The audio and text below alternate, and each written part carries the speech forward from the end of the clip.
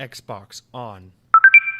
Welcome to Xbox On, a podcast with one host about one console, Xbox. I am said host Jesse DeRosa, and on today's episode, we'll be talking about the latest Xbox news for the week of August 3rd, 2023, including rumors suggest a Bethesda Game Studio classic could be getting a remake, but probably not the game you're expecting. A Final Fantasy game is finally coming to Xbox.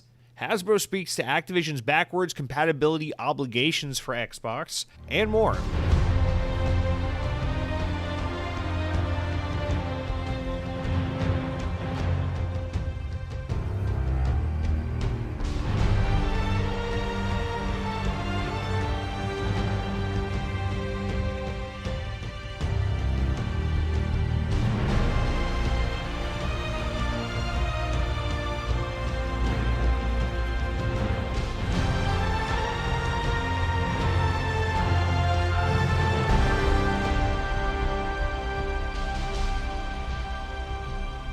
On this day in Xbox history, in the year 2006, 17 years ago, Bomberman Act Zero was released for the Xbox 360 as a console exclusive. Only this was the Japanese release for the game because the North American release was a few weeks later. Yes, it is a very, it's that time of year. Nothing really came out. Nothing really ever comes out in the summer. It's a slow time for game releases, and in Xbox history, there's nothing that's really historically come out on August 3rd, apparently. So, Bomberman Act Zero, you might remember this as kind of like the, I don't know what the fuck this was. Konami owns the Bomberman license, so it was their published game, but it was developed by Hudson Soft, and this is a weird, mature-looking, R-rated, gritty Bomberman game. It's just regular Bomberman in terms of its gameplay, but it had an online mode. It was an Xbox 360 title, and it was like, it was weird. It was almost like someone over and Konami was like, oh man, let's show some support for this Xbox console that the Americans like. It's like, okay, well, what are we gonna do? It's like, oh, we own Bomberman. That's a pretty easy IP to just make a quick little entry in the series. We don't have to put too much effort into it. Well, how do we make this appeal for the Xbox? A console that's very Western-centric, particularly American. They like their action games, and they like explosions and guns. And how do we make Bomberman appeal to that market? And they're like, well, we'll strip it of all of its Japanese cartoony fun, and we'll just make it gritty and realistic and M-rated and just sad. It's not actually M-rated, but it has like a gritty M-rated kind of look. And I never played the game, but apparently it's horrible. It's got terrible reviews, and it's so on this day in Xbox history, the Japanese version of Bomberman Act Zero was released exclusively for Xbox 360. I feel like this is just Konami misreading the Western market, trying to figure out how they can shoehorn one of their existing games lazily into some stereotype of a mold of what they thought maybe Westerners would be into. They like their although it's 2006, it's a little premature for the COD Gears of War phase, but like, I don't know, they're seeing things like Halo and Call of Duty find success on this platform, and they're like, these Americans, they just want to watch guys with guns run around and shoot Middle Eastern people or something. I don't know. So anyway, Bomberman Act Zero, no one should have to remember you, but here we are paying tribute to your existence just for the fact that nothing else really ever came out on August 3rd. So let's move right on along here. Guys, welcome to episode 218 of the Xbox On podcast. Let's start this week with notable game releases, actually in keeping with what we just did. It's just a slow time of year. Games never come out this time of year. It's just, this is a week where historically shit just doesn't happen. So while we do have some smaller games hitting Game Pass and coming to Xbox Marketplace and such, nothing really I feel like compelled to talk about. But I will say next week we do have a couple notable titles, including Stray, the game, that cat indie game, Annapurna game that came out last year on PlayStation. It's finally coming to Xbox next week on August 10th, and I think that's coming to Game Pass. As well as, this isn't Game Pass, but I'm very much looking forward to this game, Atlas Fallen, which is I have this listed as my first most anticipated fall release, although this is definitely summer. But, it's like end of summer kind of thing. But Atlas Fallen comes out next week. Cannot wait to check that game out. Developed by Deck 13, published by Focus Entertainment. This game looks so good. check out the trailers for that. We'll talk about it more next week, but check out the trailers for this game if you haven't already. It looks very, very cool. So some good game releases coming out next week. But yeah, this week, just like how Bomberman Act Zero had to carry us through the games releasing in Xbox history, there's really nothing coming out this week. So looks like next year on August 3rd, we might be in a similar boat where nothing worth a damn came out. So, but that's not how the show is, because we got tons of really good stuff to talk about this week, you guys. Final Fantasy on Xbox, what? We got remake news, murmurings of Elder Scrolls Oblivion, what? So keep your socks on, keep your pants on. In fact, just don't even unlock your chastity belt, because we got a whole lot to get through today, and you're gonna wanna hold on tight for this one, guys. Starting with our Activision updates, I'm proud to say we got nothing to talk about there. Thank God, because we have real video game news to talk about, not just a bunch of suits in a courtroom yabbering about. So with that said, we can jump right on into our opening news segment, our mildly amusing stories, updates from last week, things to expound upon. And with that, I'm eager to jump into, let's talk about some Baldur's Gate 3. So, Baldur's Gate 3, the ongoing saga of how this game should be coming to Xbox, but isn't coming to Xbox, and is it the Series S's fault? Well, here we got a little update on its future, its fate for Xbox, where VGC is reporting the upcoming RPG, Baldur's Gate 3, may not release on Xbox until sometime next year in 2024, it's been suggested. Writing on Twitter, developer Larian's director of publishing, Michael Dowse, seemed to imply that the issues related to launching the game on Microsoft's platform may not be resolved for another year, saying, quote, "We have quite a few engineers working very hard to do what other RPGs of this scale have achieved, seamless drop-in, drop-out co-op on Series S," Dowse wrote. He also says, "We hope to have an update by the end of the year," but back in June, speaking with IGN, founder and creative director Sven Vinke was asked about the game, which is coming to PC in August and PS5 in September, but he said he still does not have a date for the game on Xbox. According to Vinke, I don't know how to say that, the issue lies with Microsoft's policy that requires games to have the same gameplay features on Series S and X.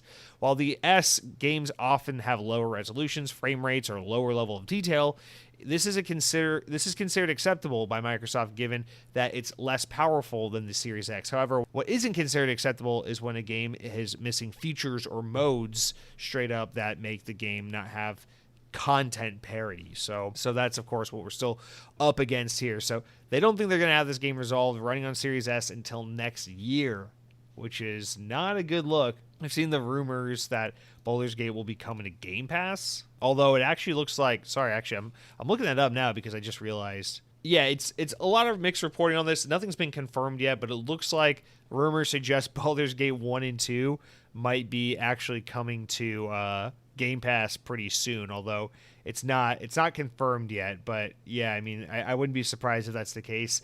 I see how Xbox thinks this is kind of like a good win for them. They're like, oh yeah, we'll get Baldur's Gate 1 and 2 on Game Pass so that Xbox fans aren't missing out on Baldur's Gate as PC and PS5 players look forward to a new entry in the series. But to me, this actually kind of further rubs salt in the wound, because it's just bringing more glaring attention to the fact that it's like, yeah, Xbox, the most powerful place to play video games. We have the old version of the new games coming out that everyone's looking forward to playing. I just feel like this is kind of a bad look, but nonetheless, I don't know. Like, I feel like this is one of those things where, like, maybe because these kinds of developers work closely with their publishing partners and with these console hardware manufacturers like PlayStation, Xbox, and you would think that for a while Xbox has known Larian's been running into issues getting this game up and running on the Series X, and it's just kind of hard to imagine that at some point no one at Xbox thought to be like, hey, we need to throw a couple of like engineers or specialists over to Larian to help them get that game up and running on Series S, and rather they just kind of let them do their thing, and now we're facing yet another Xbox game where it's just this bad story of like things aren't looking good for the Series S, or Xbox just might not get this game all together, or Xbox will get it late, and it's just not a good look, whether it's Sony buying exclusivity, whether it's Series S holding back the console or the platform altogether, or whatever the case may be. It's just not a good look when there are new games coming out. Xbox desperately needs new games to support the console, and Xbox does not get said new games. So this is another big L in my opinion. However, shout out to Larian for continuing to work hard to make this happen. I hope they are able to achieve this and that the game ultimately does find its way to Xbox. I think it will. I'm sure it will. And also, shout out to co-op for being a useless feature that very few people actually give a shit about, that is somehow holding us back in the year 2023. So also Series S, apparently you're underpowered. But every time I've played my Series S, I've always been impressed with how powerful this machine is considering its limitations. But I guess it can't do everything. It can only do a lot of things. So there's your update on Baldur's Gate. Let's move on and talk about people who sometimes play Xbox and get suspended and or banned from playing Xbox. No, I'm not talking about people who say the N-word on Xbox Live. I'm talking about people using ROMs and emulators.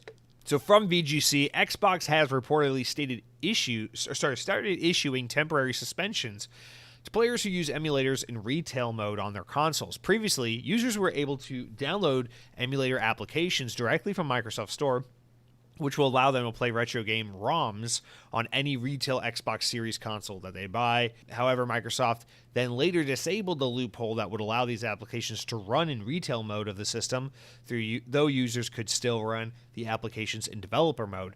Earlier in the month, a group claimed online to have found another way to get around this loophole and get emulators running in retail mode. However, as it would appear, this didn't last long because Microsoft's now cracking down on this retail mode emulation and all who use it. As reported by YouTuber Hikikomori Media, who regularly reports on emulation in consoles, Microsoft has stated that has started to hand out 15-day suspensions to players running emulators on their Series X, S, or Xbox One console in retail mode. Hikikomori Media cites that Discord servers called Xbox Emulation Hub, which is dedicated to running emulators on Xbox consoles, where a lot of this news is coming out of and where a lot of these stories are circulating. VGC joined in the Discord server to corroborate with claims on the fact that people were getting suspended on Xbox, and found that announcement posts last week from staff member Golden Sky, who specializes in creating retail access to RetroArch emulator, was informing users that the retail mode on Xbox is officially dead, quote unquote. Retail mode is dead, and that the Discord server's retail mode channel will be deleted within a week, saying, quote, effective immediately, we're halting any and all retail mode emulation permanently. Golden Sky writes, the channel will be deleted within the week, and the announcement will be moved to the server announcement channel for preservation purposes. Significant amount of users have been receiving 15-day suspensions for warnings from Xbox, and they are including photos for proof of it. We are strongly recommending that you remove any and all emulator apps from your console in retail mode immediately. We apologize to anyone getting the suspension. We know it sucks. Xbox boss Phil Spencer has expressed his support for emulation in the past, and as long as it's done through legal and authorized routes. In 2021, he told Axios that he advocates for software emulation as a solution to game preservation, saying, quote, my hope, and I think I have to present it this way as of now, is that as an industry we'd work on legal emulation that allows modern hardware to run any within reason, older executable, allowing someone to play any game, adding, I think in the end, if we say, hey, anybody should be able to play any game, buy any game, or own any game, and continue to play it, that seems like a great North Star for us as an industry. So, okay, VGC adds in that part about Phil Spencer, but it is important to really distinguish the difference between, first of all, what emulation is, what having an emulator is, and what running a ROM on an emulator is, as well as the difference between supporting emulation and what it means for it to be like good emulation versus bad emulation, legal versus illegal, because that makes all the difference in the argument here. And not to say that VGC is leaving that out conveniently, but just to say that we need to, expand on that a little bit to kind of make the point here. But listen, it's cool that Xbox is a console that's kind of open-ended in a lot of ways. People have been able to do a lot of creative things with it, but obviously emulation is wrong in the sense, in the case that you're modifying a console or you're using a user-made application to illegally acquire and play media that is otherwise purchasable and accessible, because what you're basically just doing is taking money away from the hard creatives that worked to create that video game or whatever the case may be. But a lot of what emulation is just like, hey, here's a bunch of old games that are impossible to purchase and access these days. How would you like to get your hands on them? But the gray area becomes, even though Xbox, someone at Xbox might be like, hey, it's cool that they have an emulator running on an Xbox Series X that lets you play, I don't fucking know, fucking the old Ninja Gaiden for Nintendo Entertainment System. I'm not talking about the old Xbox Ninja Gaiden. I'm talking about the old NES Ninja Gaiden. Yeah, you can play that on your Xbox Series S or X through emulation. Cool. That's a game you can't just go out to fucking Best Buy and pick up a copy of, right? It's a game you can't go online and just give Koei Tecmo money for or some shit like that. You can't just give money out and be like, I'd like to buy a copy of the original NES version of Ninja Gaiden. No, because they don't make the game anymore. So a lot of people would be like, well, that's not much of a problem then, because you're only emulating because there's no legal means to acquire it through, monetary support. However, these situations still obviously put Xbox in a position, because for you to be emulating through their platform, you're putting them in a legal situation where they could be held accountable for allowing and facilitating this kind of environment through their platform by just being a bystander, letting this kind of thing happen without stepping in and doing something. So that's obviously why Xbox has to step in and nip this in the bud and not just let it continue on as is. Although I'm sure many, many people at Xbox are probably on a personal level okay with the idea of someone being like, I can't get a game like Turok for the N64, although I think they recently brought that to Nintendo Switch, so that's a terrible example. But yeah, I'm going to go fucking emulate that. I'm going to go emulate Restar for the Sega Genesis on an Xbox One, because I can't just go to the store and buy that game anymore. Yeah, but the difference is you're putting Microsoft in a legal binding when it's their ecosystem, it's their marketplace, it's their platform where you are engaging this kind of behavior, and that's why they have to nip it in the bud. There's nothing wrong with having an emulator, having a program that is capable of running this kind of software. It's when you download files of video games through illegal means and experience them on these platforms that it becomes like a whole thing where it's like, oh shit, do we have the legal rights to let people download and play this game on this platform? And in most cases, the answer is no. So that is the issue. That is why this is wrong or illegal. Personally, there's always going to be that legal argument as to whether or not this is an okay thing to do or not an okay thing to do.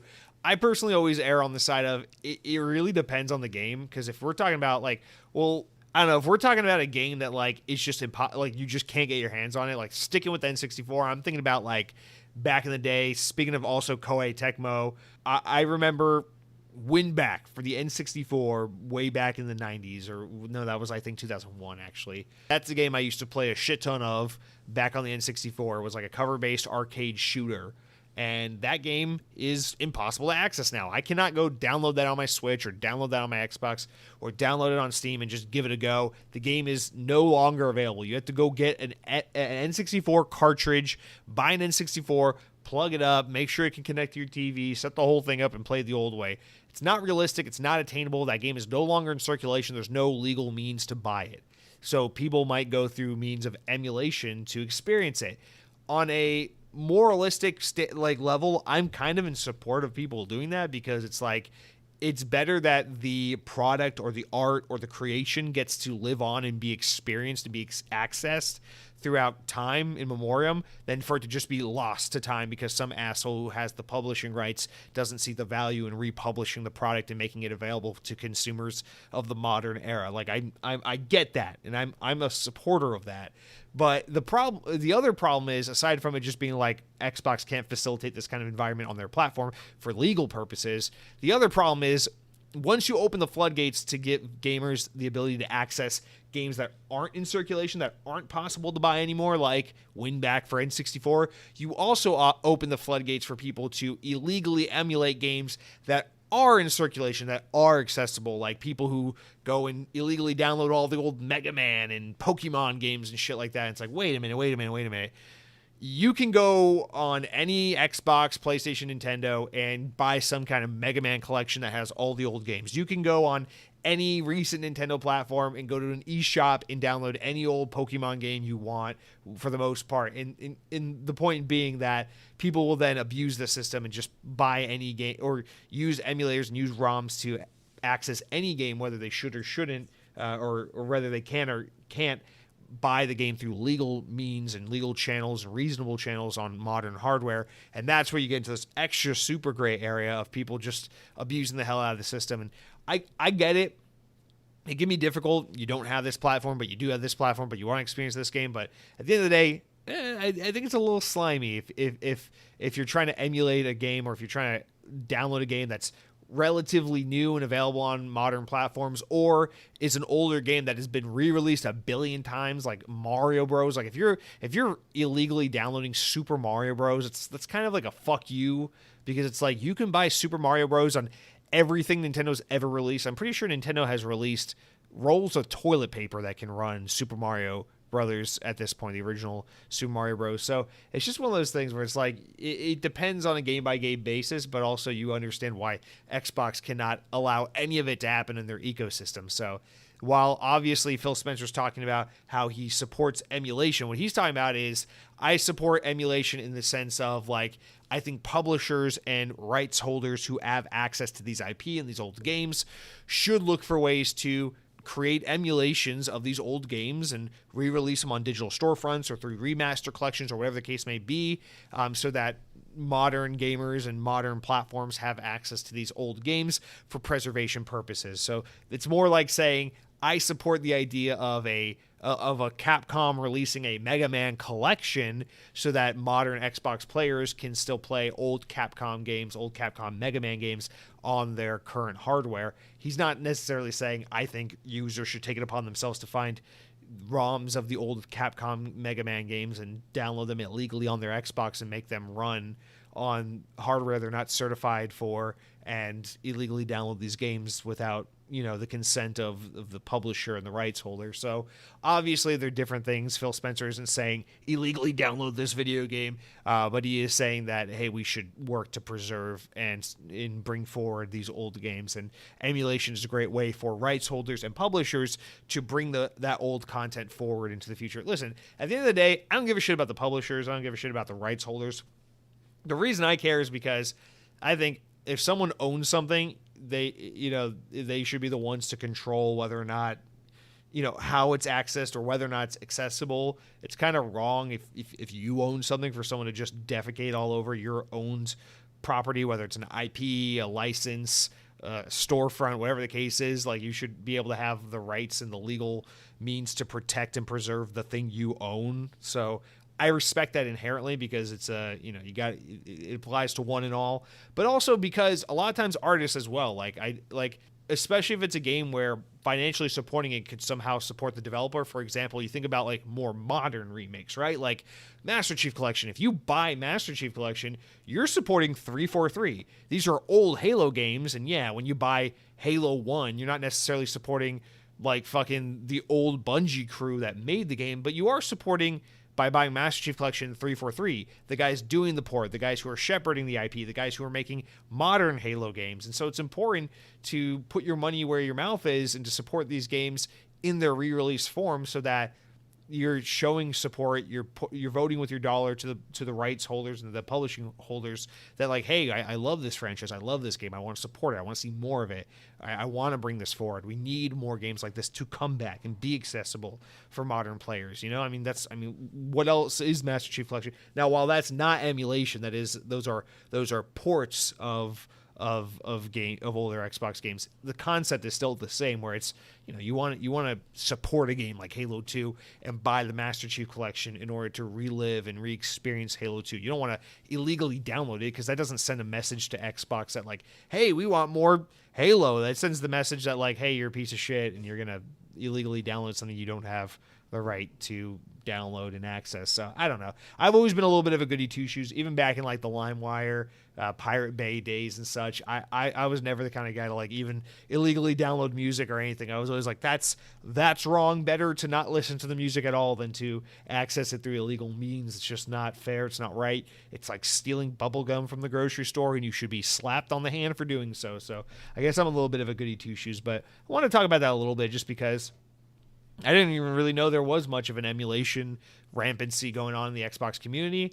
And I don't know, to use this little tiny old platform of 37 people I have, to take a stand on piracy and emulation and things like that, and kind of say something. So, bored you to death? And well, if you're still awake, let's move on and let's talk about Quidditch. Let's talk about something more exciting than piracy or emulation or ROMs. Let's talk about Wizard sports. I'm talking about not football, not baseball. I'm talking about sports that these fucking racist alien wizard freaks from the J.K. Rowling universe. I don't know why I call them or that or describe them that way. I'm just looking for ways to insult Harry Potter characters because they all have weird fucking scars on their foreheads and we should point and laugh at them. But anyway, footage of a Harry Potter Quidditch game has appeared online. The footage, which VGC has verified as legitimate, is believed to be from testing that's currently taking place on PC. VGC won't link to the footage, but they can confirm that this is from closed testing that is under NDA. The footage was briefly uploaded on YouTube earlier in the week and then taken down by WB. The main clip circulating appears to confirm that players can either play as a created character or choose a number of Harry Potter characters from the all-star lineup, including Harry Potter, Ron Weasley, Draco Malfoy, and Cho Chang. That's not a weird name at all. Quidditch was most notably missing from 2023's Harry Potter RPG Hogwarts Legacy. The game features the fictional game of Quidditch features wizards flying around on broomsticks and throwing a flying ball into the sky, kind of like football, but you play it 500, 1,000, what is it, 2,500 feet in the air? I don't fucking know how high up you fly your fucking broomstick to play Quidditch. Quidditch Champions is the working title or the rumored title of the game, and it is billed as a complete standalone Quidditch experience that engages players in the sport of Quidditch and other broomstick adventures alongside friends in a competitive multiplayer setting. Quidditch Champions is also being developed by has been in development for several years at LA-based Unbroken Studios, which is also currently contributing to the console version of Suicide Squad Kill the Justice League. The studio, which employs about 100 staff, previously developed this and self-published mobile multiplayer shooter, Fantastic Plastic Squad, and PC Battle Royale game, Fractured Lands. Of course, who could forget those notable mobile games that we've all played a dozen times or so before. A release date for Harry Potter Quidditch Champions has yet to be announced, but God, I'm just hoping, even though this is WB published and not EA, I really hope when you boot up the game it says EA Sports. It's in the game, just because I think there was a Harry Potter game that did that once. Nope, that's not true at all, but EA did used to publish the old Harry Potter games, and so that's why I'm thinking of that. Anyway, yeah, I don't have much to say about this. We knew this game was coming. We knew this game was real. These reports and rumors have been spreaded since around the early days of Hogwarts Legacy when it first came out earlier in the year. So we knew this game was coming. I assume we'll see this game in full force next year. It'll be their way of saying like, hey, remember last year how Hogwarts Legacy dominated sales charts for a year? Let's get you reinvigorated about Harry Potter. We got a fucking Harry Potter sports game. You can beat your wife just like they do in football in this game. You can fucking score a bunch of touchdowns and then sleep with all the girls of the Hogwarts school, which is kind of gross because they're British and they have bad teeth. You can fucking, what else do you do in sports? You can pour a fucking gallon of Gatorade all over your stupid wizard friends, but since you're doing it 3,000 feet in the air, once all that Gatorade hits the ground, the stupid unsuspecting people down below will think, oh my God, it's raining Gatorade. But then they'll look up and just say, oh no, it's wizards on broomsticks. That's normal here. This is Hogwarts. And then, yeah, it's a Harry Potter Quidditch game. It's coming out. My guess is we'll see it next year, probably shooting for like a summer or fall 2024 release. But yeah, I mean, we'll have to wait and see. I wouldn't be totally shocked if this was a free-to-play game or like a discounted game that has live service elements to it, because I mean it's a giant multiplayer only game. Yeah, I'm curious to see that's really the only thing about this game I'm curious to see is how they try to market and position it, because if it's just a multiplayer only sports title, are they going to try to go for like a Madden or FIFA thing? Are we going to get like Harry Potter Quidditch 2024 and then get an annualized version of this every fucking year for the rest of our lives? Or is this going to be like a free-to-play thing?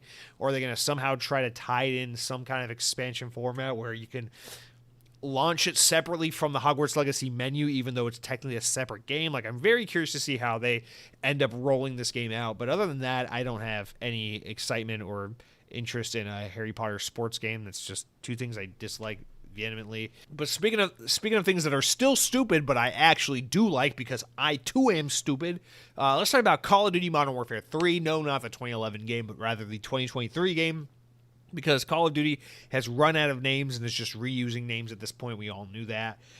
VGC relays that Call of Duty Modern Warfare 3 will be revealed in-game in Warzone later this month, most likely. As revealed as part of a blog post detailing the 5th season of Call of Duty Modern Warfare 2 and Warzone 2, Activision confirmed that the game will once again use in-game event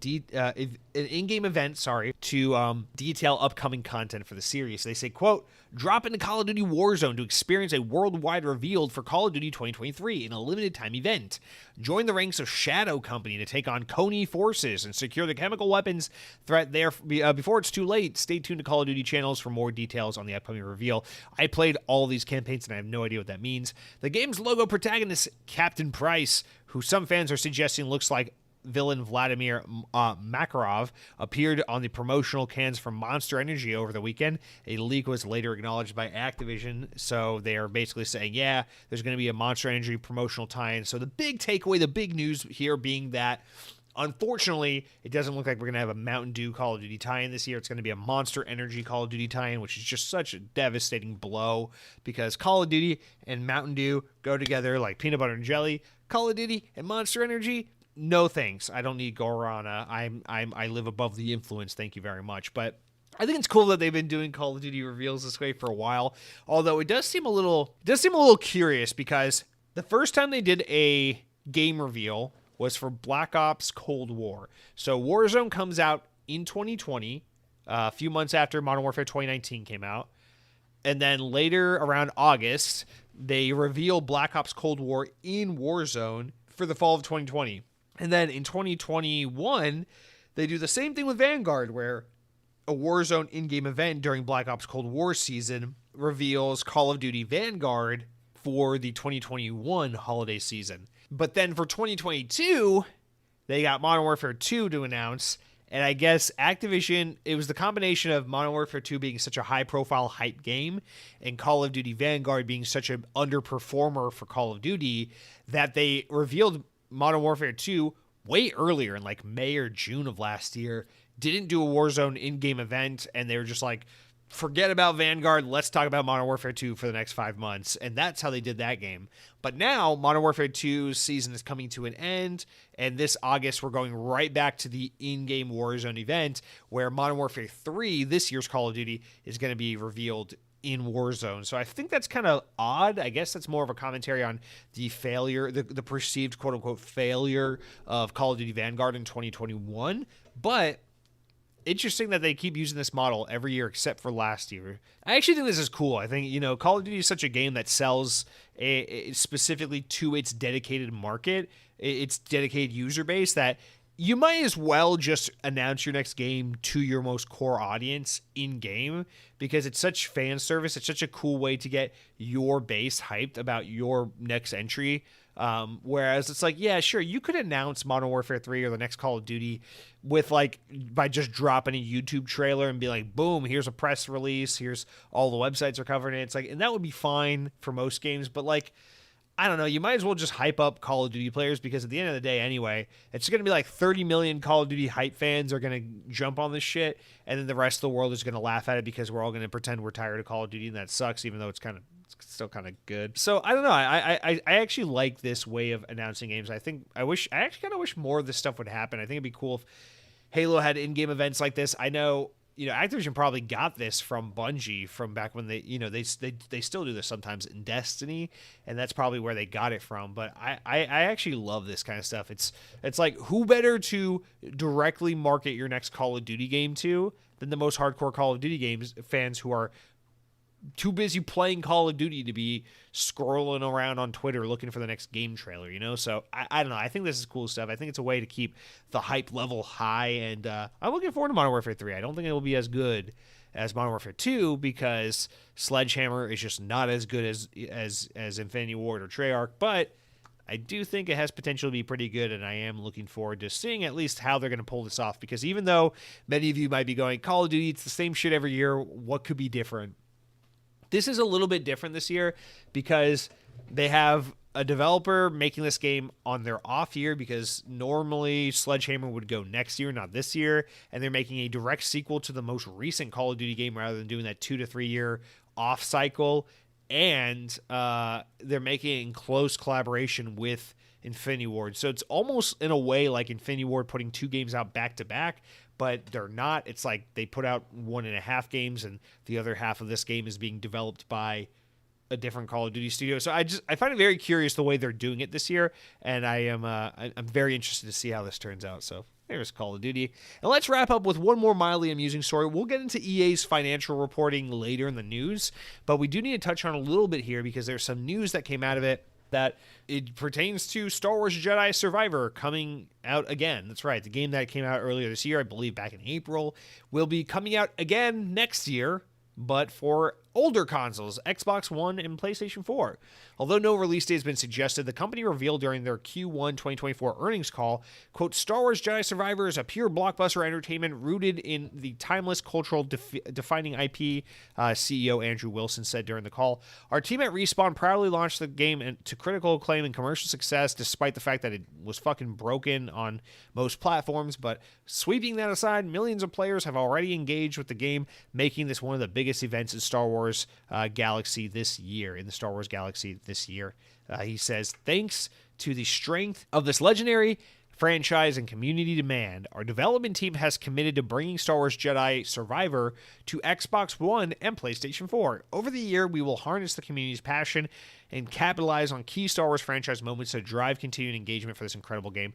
There's a lot that could be said about this, but I'll try to keep it brief. So first of all, they got to see significant engagement on last-gen consoles if they want to bring this game backwards, because generally that by this point in a console's time frame, the Xbox Series X and PS5, usually by that like 3-year mark, that's kind of when you hit that point where you start to have more users on your current hardware than you had on your previous hardware. And in fact, this is actually kind of timely because PlayStation just announced this, I think a week or two ago, talking about PlayStation sales, where they said for the first time, they are now reporting more active users on PlayStation 5 hardware than they are on PlayStation 4 hardware. And that's impressive because PlayStation 4 sold well over 100 million units. So the fact that they have more people playing on PS5s actively than on PS4s tells you a couple things. People have moved on. The most active player base has moved on to the new console. 2, PlayStation 5 is selling incredibly well. And 3, we're pretty deep into the console generation that we're kind of at that bye-bye last gen phase where we really just focus on the current generation instead of that like cross-generational game release thing that you usually get at the beginning of a new game hardware, console generation, whatever. Xbox, while they haven't spoken specifically to this, you can assume kind of similar because Xbox One didn't do that well for Xbox last generation. I mean, it did well by console sales standards, but it didn't do nearly as well as Xbox wanted to. And Xbox Series consoles have started out at kind of a better pace. So you would assume that Xbox Series S and X are actually reached that point probably a lot longer ago, where more people are playing on Xbox Series S and X than are playing on Xbox One. Now, does that mean Xbox Series consoles have outsold Xbox One year like lifetime sales? Absolutely not. Not that fast, at least.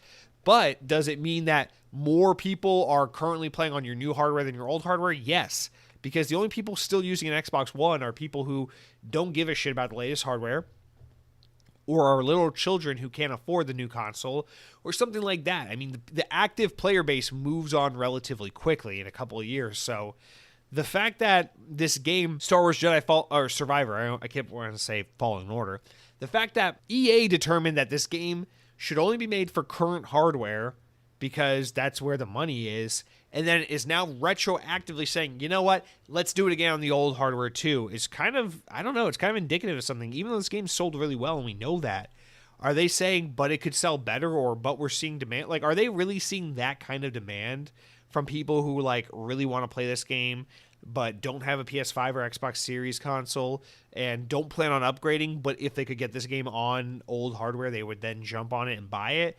And I mean, I guess you could say you could make a case for something like this on a franchise like Star Wars, something that is so massively popular that, like, sure, there's probably a bunch of people who just have a PS4 or Xbox One lying around somewhere who don't necessarily care that much about video games, but Star Wars is kind of an exception because they're big Star Wars fans. So I guess you could see a world where that makes sense for a franchise like Star Wars, but the fact that they are going to retroactively go back and support dying consoles where the player base is shrinking month over month, whereas the modern consoles are doing just the opposite. They're growing month over month, is just kind of confounding. It's like, what do they just not have a whole lot in the pipeline? Or they think it's going to be a really long time till the next Star Wars game? Or do they just regret not putting this on the older hardware?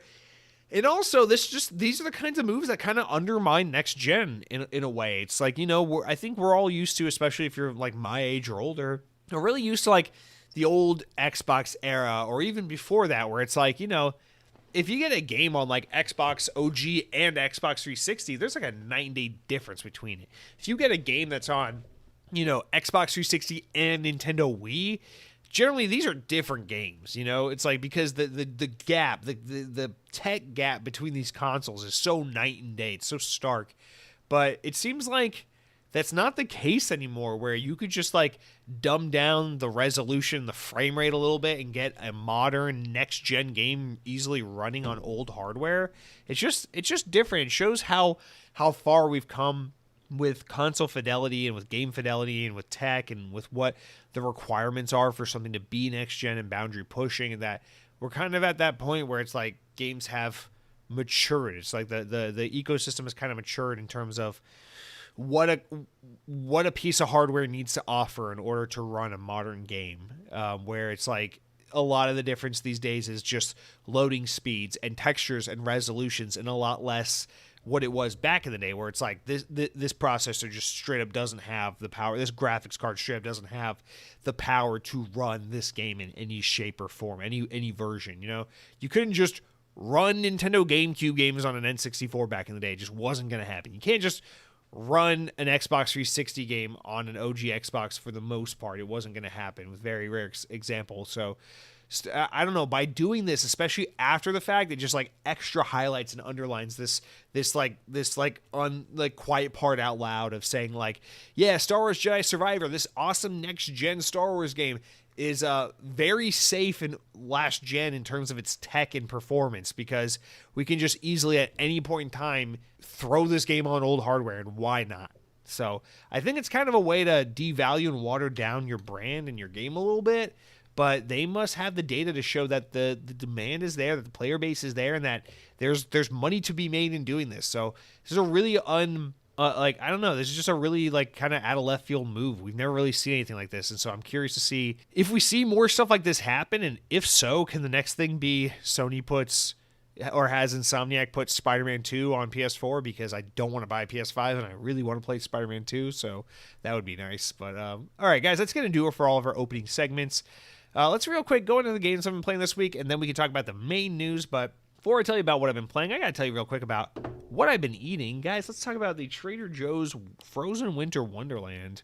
You guys, my girlfriend and I went to Trader Joe's this past weekend, and it's a place we don't go very often just because it's pretty far away. For those who don't know, Trader Joe's is just like, so there's Aldi. Aldi's like where we shop most of the time. Aldi is like it's this German-owned grocery store chain that's always kind of been here, but it's been growing more and more in recent years.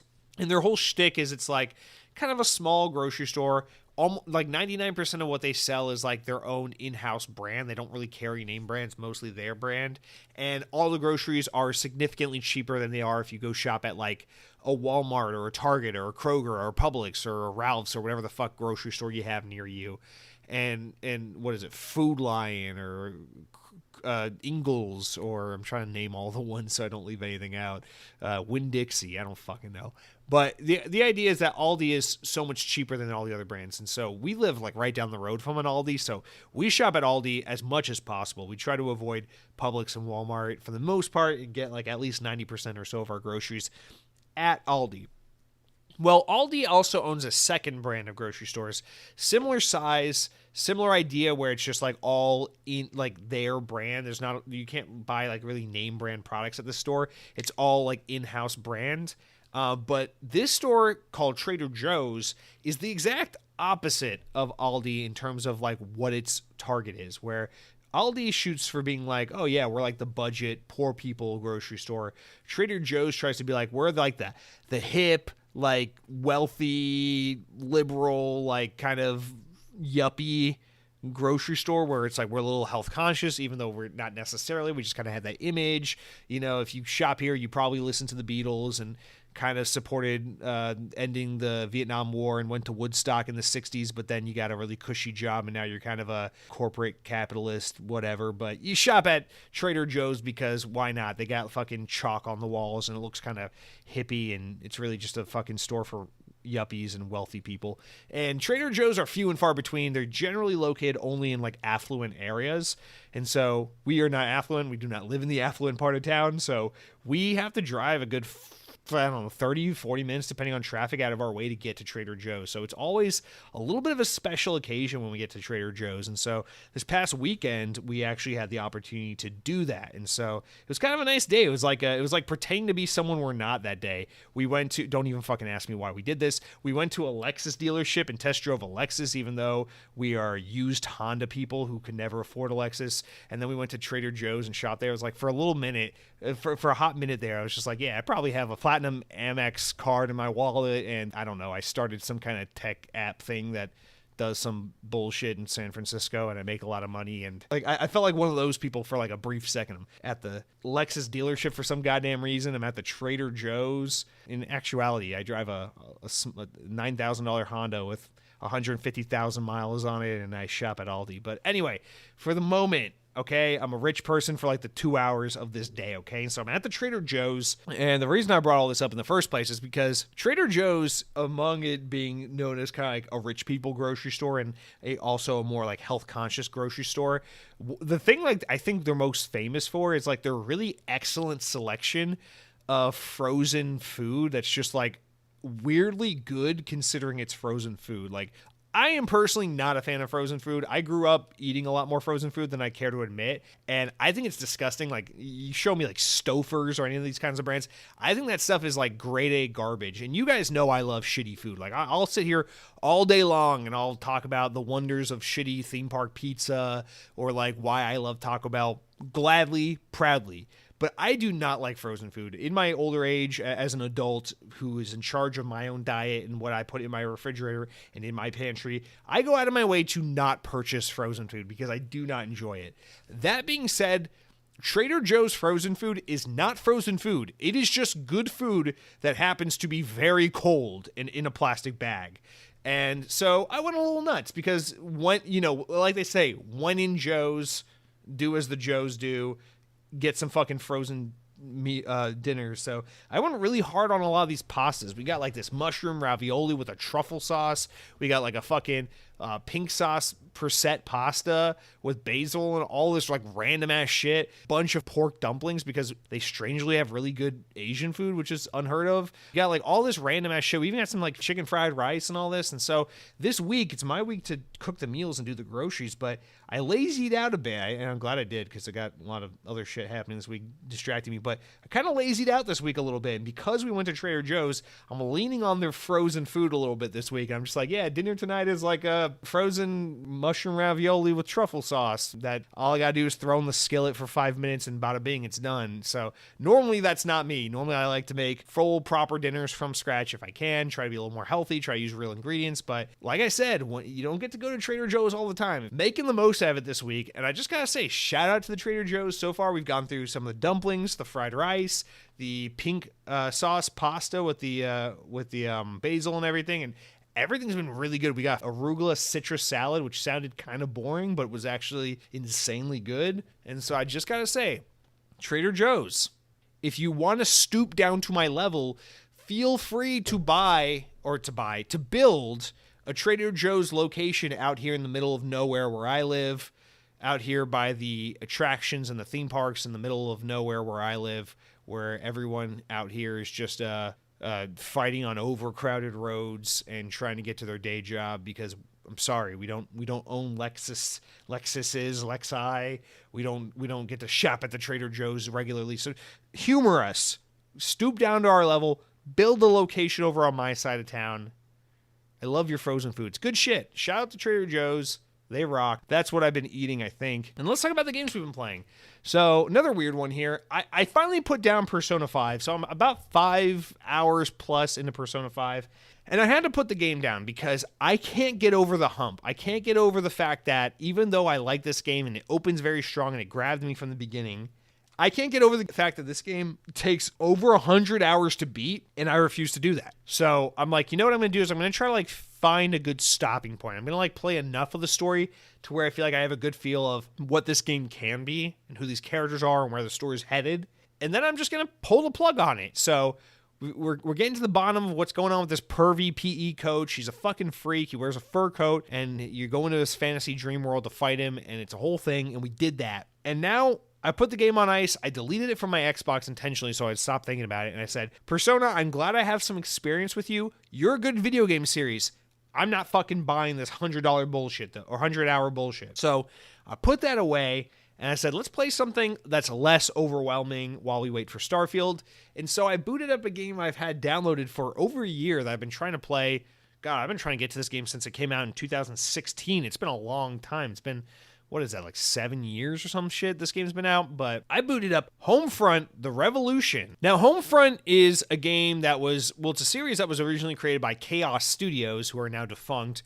And those were a bunch of guys who used to work on like mods for Battlefield and shit. And they made the original Homefront, published by THQ, back on the Xbox 360. And that was kind of like a Call of Duty style first-person shooter. It was very influenced by games like Medal of Honor and Call of Duty, and it was very much like in that vein. And was this really cool like alternate history shooter where it's like, well, what if North Korea invaded the U.S. and was winning, and the U.S. was like trying to, like, there's like a small resurgence group or resistance group trying to fight for their freedom and fight for their homeland again.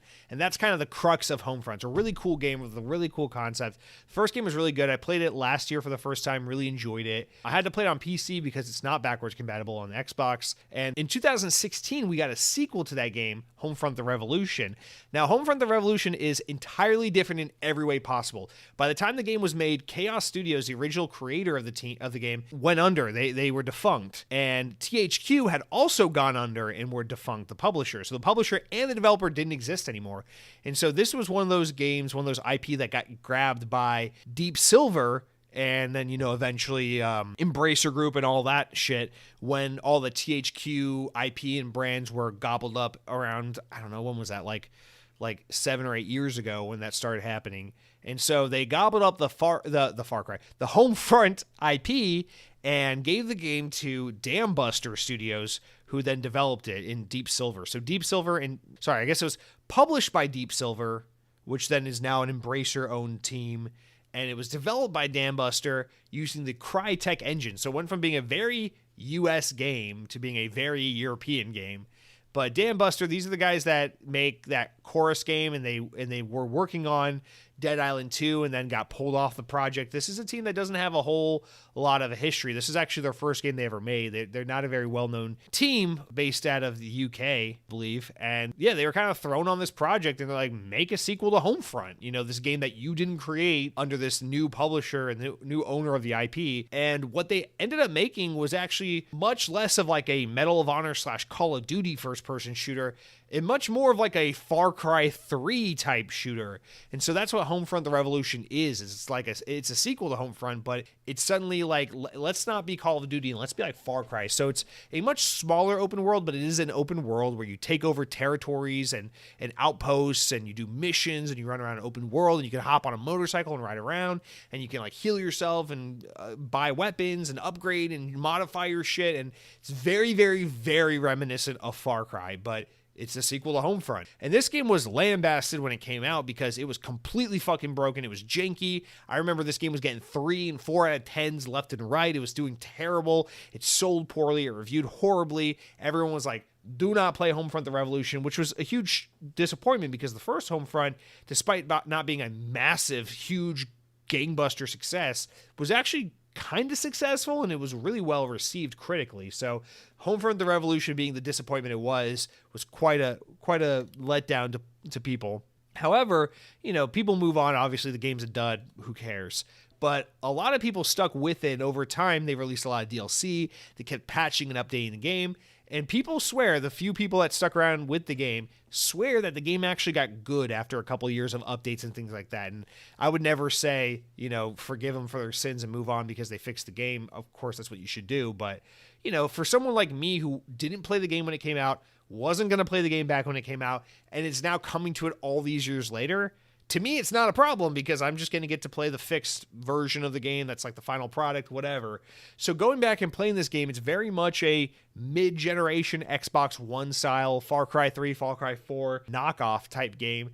But it's a lot of fun. I will say they didn't completely fix the game. It does have a lot of frame rate stutters, a lot of jitteriness, just a lot of jank and jagginess. It's a lot of that like weird European shit you see a lot in these like European first-person shooter type games. I swear, you usually see it with like these Eastern European games like Atomic Heart earlier this year, stuff like that, where it's a little janky. It like looks really good, but it just feels a little bit off. This game kind of has some of that going for it, where it's good. It's not enough to break the experience or make the game unplayable. And you can tell whatever was originally wrong with this game, they fixed most of it because the game is completely playable front to back. But it does feel just a teensy bit off, and it's a little bit jank. It's like if you want to play a game like Far Cry, which is usually a pretty highly polished, finished product, Homefront is like playing a B or D tier version of that game, but kind of in a good way. I don't know. You guys know me. I always kind of have a weird affinity for these kind of like AA or lower style games where there's a lot to appreciate and admire about these kinds of games and how they're made and how they're kind of stitched together. And I don't know, man. I think this game is pretty damn cool. The opening cutscenes, really cool. The game immediately is interesting and fun. And guess what? Persona 5, Homefront the Revolution, it's estimated that it takes you about 12 hours to beat the campaign. So fucking suck it. I have 12 hours to enjoy a nice video game campaign. I don't have 102 hours. So Homefront the Revolution, I'll be sticking with you. Thank you very much. I'm liking the game so far. It's nothing groundbreaking. It is very much just like, oh yeah, the Koreans invaded the U.S. and now we got to fight back. And then it's like, okay, you find this ragtag team of revolutionists and they recruit you and they're like, all right, new stuff. How about you prove yourself to us? And the early missions are like, okay, so it looks like you might have what it takes, blah, blah, blah. And then obviously the game will unfold into that generic story of like, you go from a nobody to like everyone's counting on you and you'll help lead the revolution, whatever. Nothing really compelling in its storytelling, but the world is cool. I think this alternate history where North Korea invades the U.S. is incredibly cool and compelling and interesting. And the world they build around it is nice. It's cool to play in this like alternate history, decrepit Philadelphia, although now that I think about it, that's kind of what Philadelphia already is. But anyway, this Korean-occupied Philadelphia in the year 2025. It's cool. It's interesting.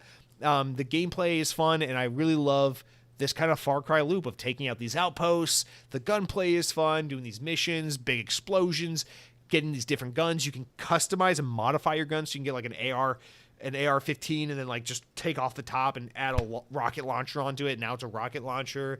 Or you can take a pistol like an M1911 or whatever and turn it into an SMG, like a little Uzi or something like that. It's cool to kind of just like modify and manipulate the weapons in the sandbox like that. So it's a pretty fun weapon sandbox. Lots of cool explosives, the different melee weapons and things like that. So I'm really digging Homefront the Revolution. It's not great by any stretch of the imagination. I would say if you're a diehard Far Cry game fan, you love games like Far Cry, and you're just itching for something kind of like Far Cry, I think Homefront the Revolution is a great little budget game you can play because, I mean, I think I bought the game for $4 on sale.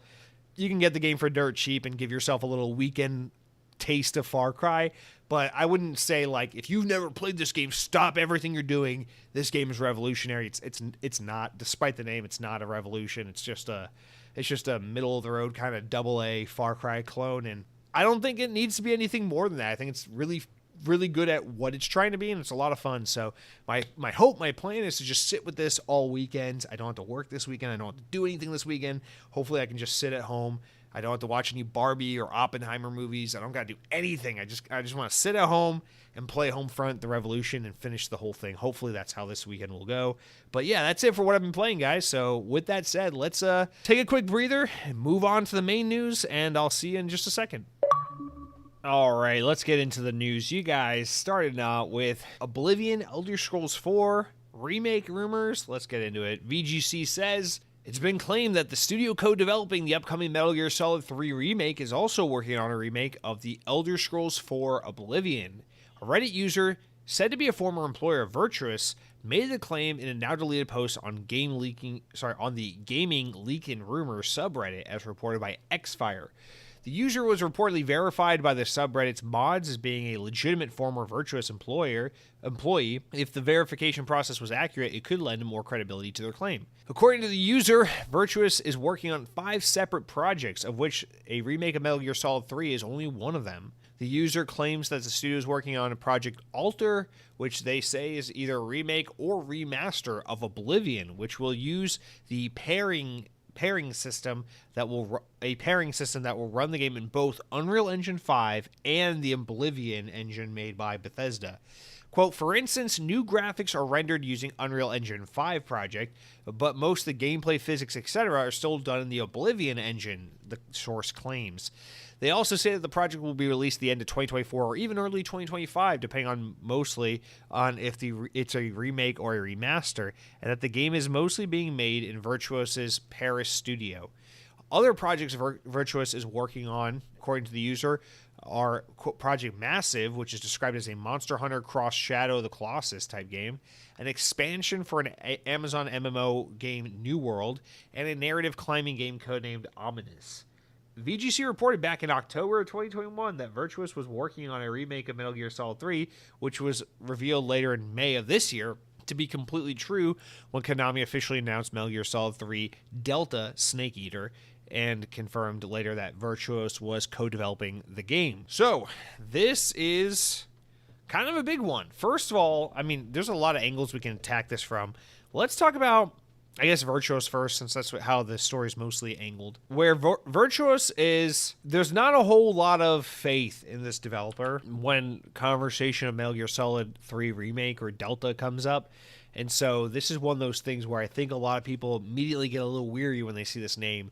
If you're going to do a remaster or a remake, more specifically, of a game like Elder Scrolls 4 Oblivion, it requires a lot of like care and attention and a kind of ground up nurturing approach to it. Now, this is a team that's mostly known for support work. They done support work on everything from Call of Duty to New World to even my beloved Crossfire X, rest in peace, to Callisto Protocol, Horizon, many games.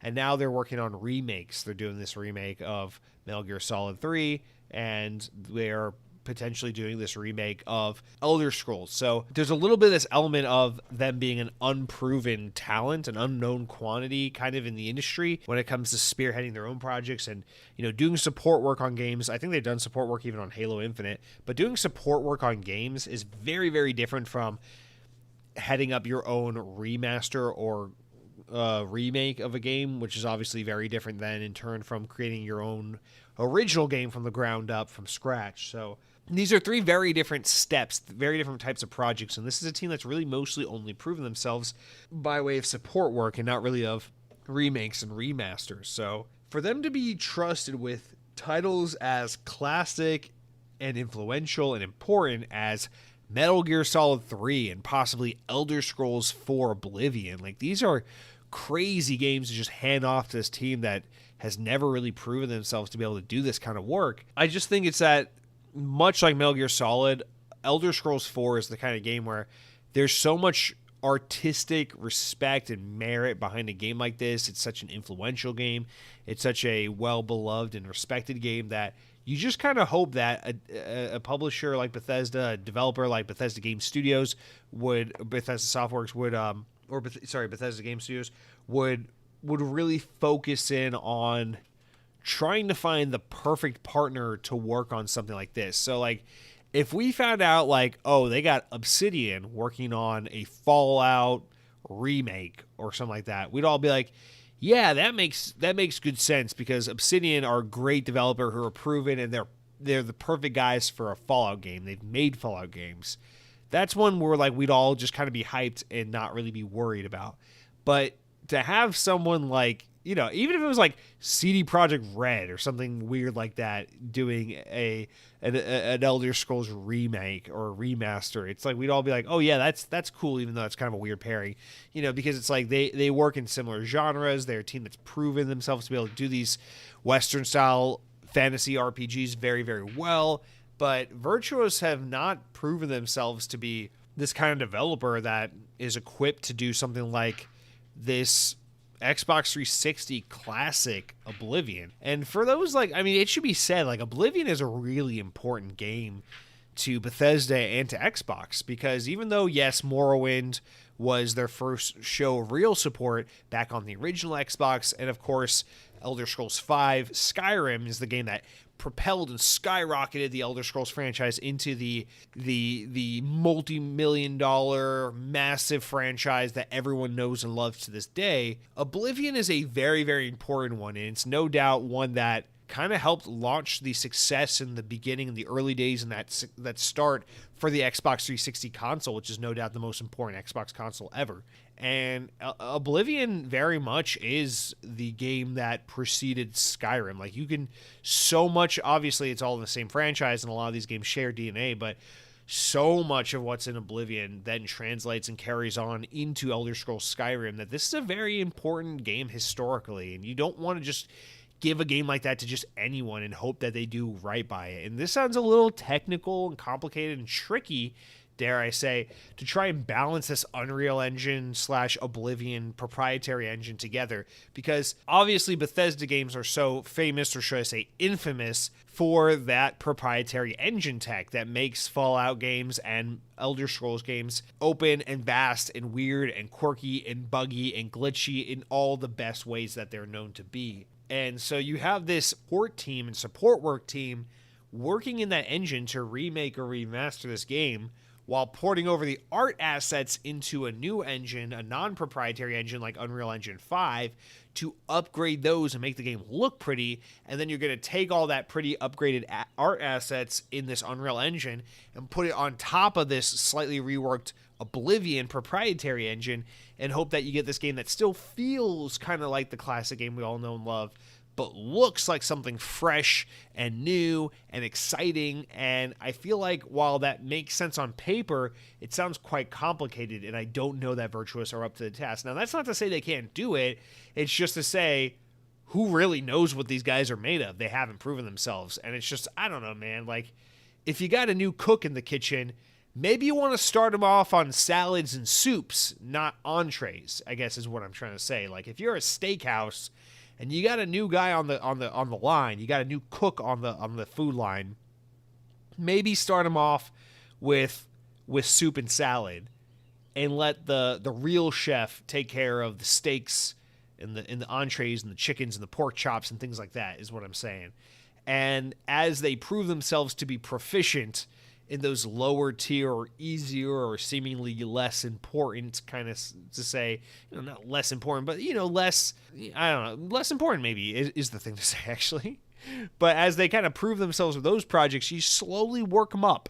You don't hire some Joe Schmo off the streets who's got a couple of years experience working at Burger King and say, you are the head chef of our 5-star eatery. You say, all right, let's see what you can do on the fry station. Let's see if you can make a good salad. And then you prove yourself there. You got the work ethic, you got the chops, you got the consistency. You can do it well. We'll move you up a level. We'll move you up a level after that. Then we'll move you up a level after that. And eventually you can work your way to the top. But I feel like Virtuos is a team that hasn't proven themselves. They've got the restaurant experience flipping burgers at McDonald's, but they haven't earned the opportunity to man the grill at the steakhouse. But they're being given the spatula regardless and being told, you're in charge here. And that's just a little concerning, because, I don't know, I'd like to see Virtuos make a remake like, I don't fucking know, Destroy All Humans or something like that. We got, like, what is it, Black Forest or whatever, that developer that's been remaking those games. Work on something like that. You can do a remaster of, like, some kind of Embracer Group type game first. Just cut your teeth on something like that. And we'll work your way up to Oblivion. We'll work your way up to Metal Gear Solid 3. And so I guess that is kind of my apprehension. But the idea of remaking Oblivion is cool, because Skyrim's been remastered and re-released a million times before. But Oblivion's a really important game. Like even anecdotally, because I didn't play a whole lot of Oblivion. I barely played Oblivion. In fact, I've probably played collectively 5 hours of Oblivion my entire life.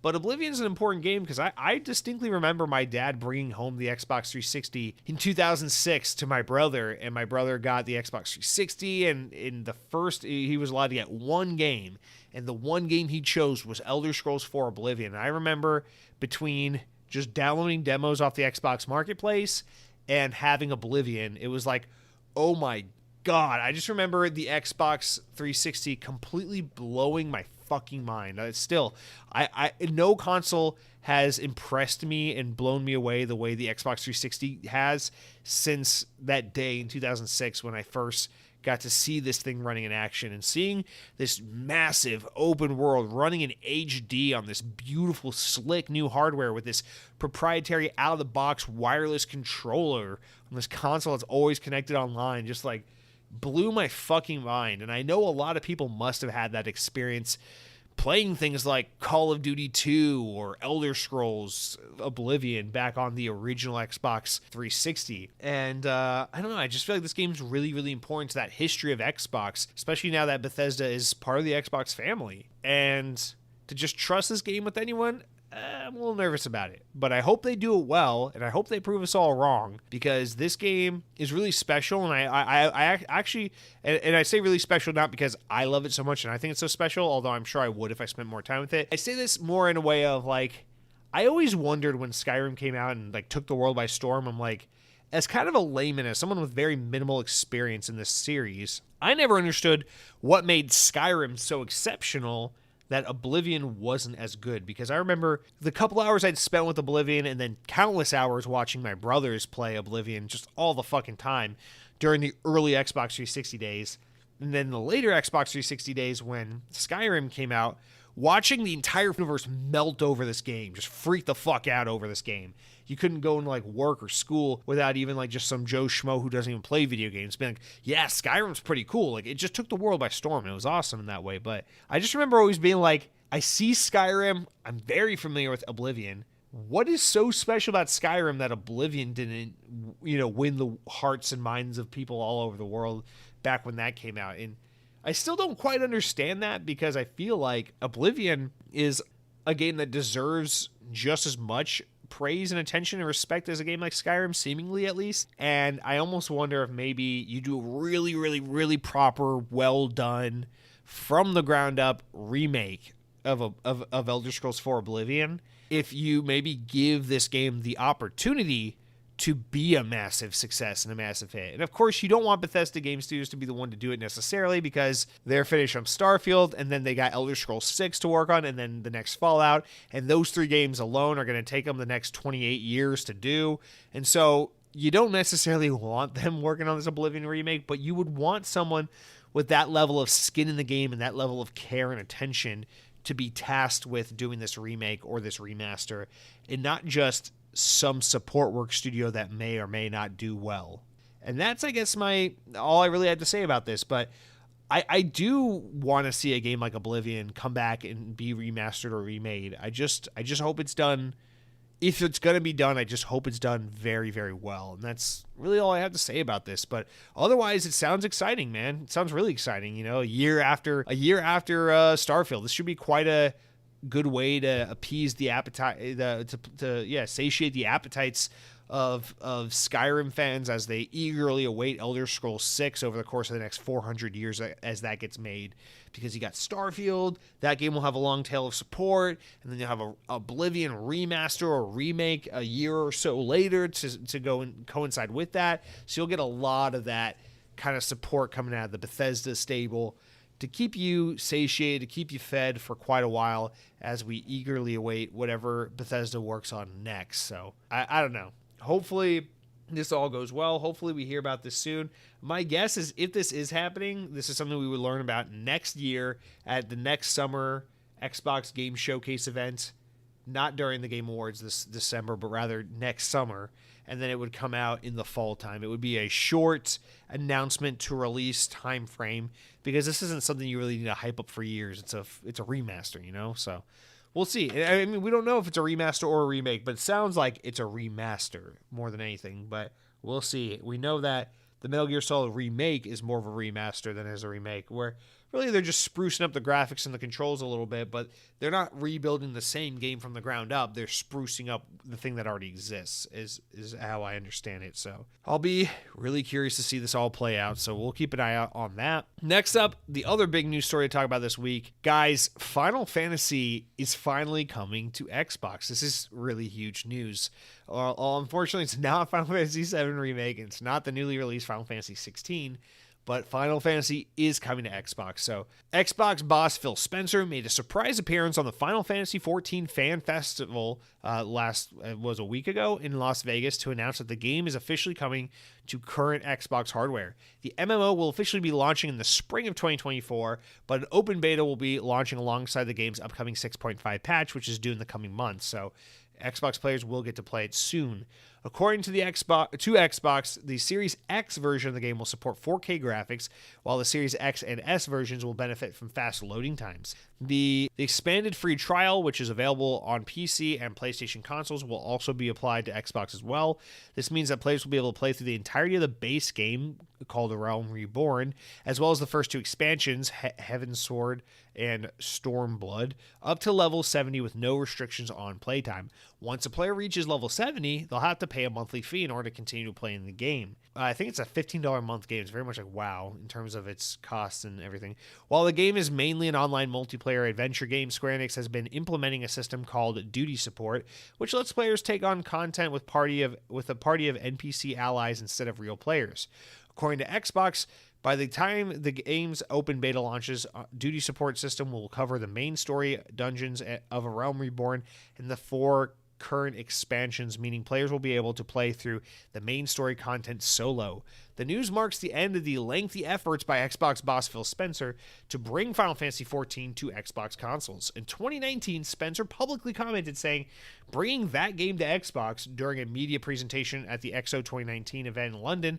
Then last year, he stated that he still hadn't given up on just that. So finally, this game comes to Xbox. I'm so excited about all the implication that comes with this because, first of all, we just want to see Final Fantasy on Xbox in general. So some Final Fantasy is better than no Final Fantasy. Second of all, this is a game that seemed like it would never come to Xbox. You know, I mean, it's been out. When did this game come out? Was it 2013, 14? When did this game come out? Final Fantasy XIV is not a new game. Yeah, 2013 for PlayStation 3 and Windows. Holy shit. And then it came to PlayStation 4 a year later. Yeah, oh my God. I mean, this game, people have been waiting for this game for so long. And the narrative lead and the people behind this game are actually the same team that just made the recently released Final Fantasy 16 that just came out on PS5. So there's apparently a lot of love for this game's story content, but it is an MMORPG, so very different from other Final Fantasy games. I think only other Final Fantasy game that's an MMO like this, I believe, is Final Fantasy, what is it? 12? Is that 12 or 11 or one of those is an MMORPG? But yes, 14 is also an MMORPG, whereas usually these games are just regular classic JRPGs. But this game kind of came out back in like 2013, 2014. It was seen like, okay, whatever. It's good. It's fine. It's okay. And then over years, they added more. They added expansions. They reworked the game. They kept adding to it and making the game better and building upon. They kept building upon the game, and people just fell in love with this game. Apparently, it's a really, really phenomenal MMORPG. So to be clear, I mean, we already have like Final Phantasy Star Online. What is it? Phantasy Star Online, Phantasy Star Universe Online 2, whatever the fuck. Yeah, Phantasy Star Online 2 already on Xbox. So we already have some good JRPG MMO support on Xbox, but this is going to take it even a step further, which is kind of fitting because that game is finally coming to PlayStation. So now to see this game finally come to Xbox, it's come full circle where both these games are going to be available on both platforms, which is nice. Everyone gets some access to it. I'm excited to give this game a try just because I've always heard great things about it and because I just want to support Final Fantasy on Xbox because I want to see more of this franchise on Xbox.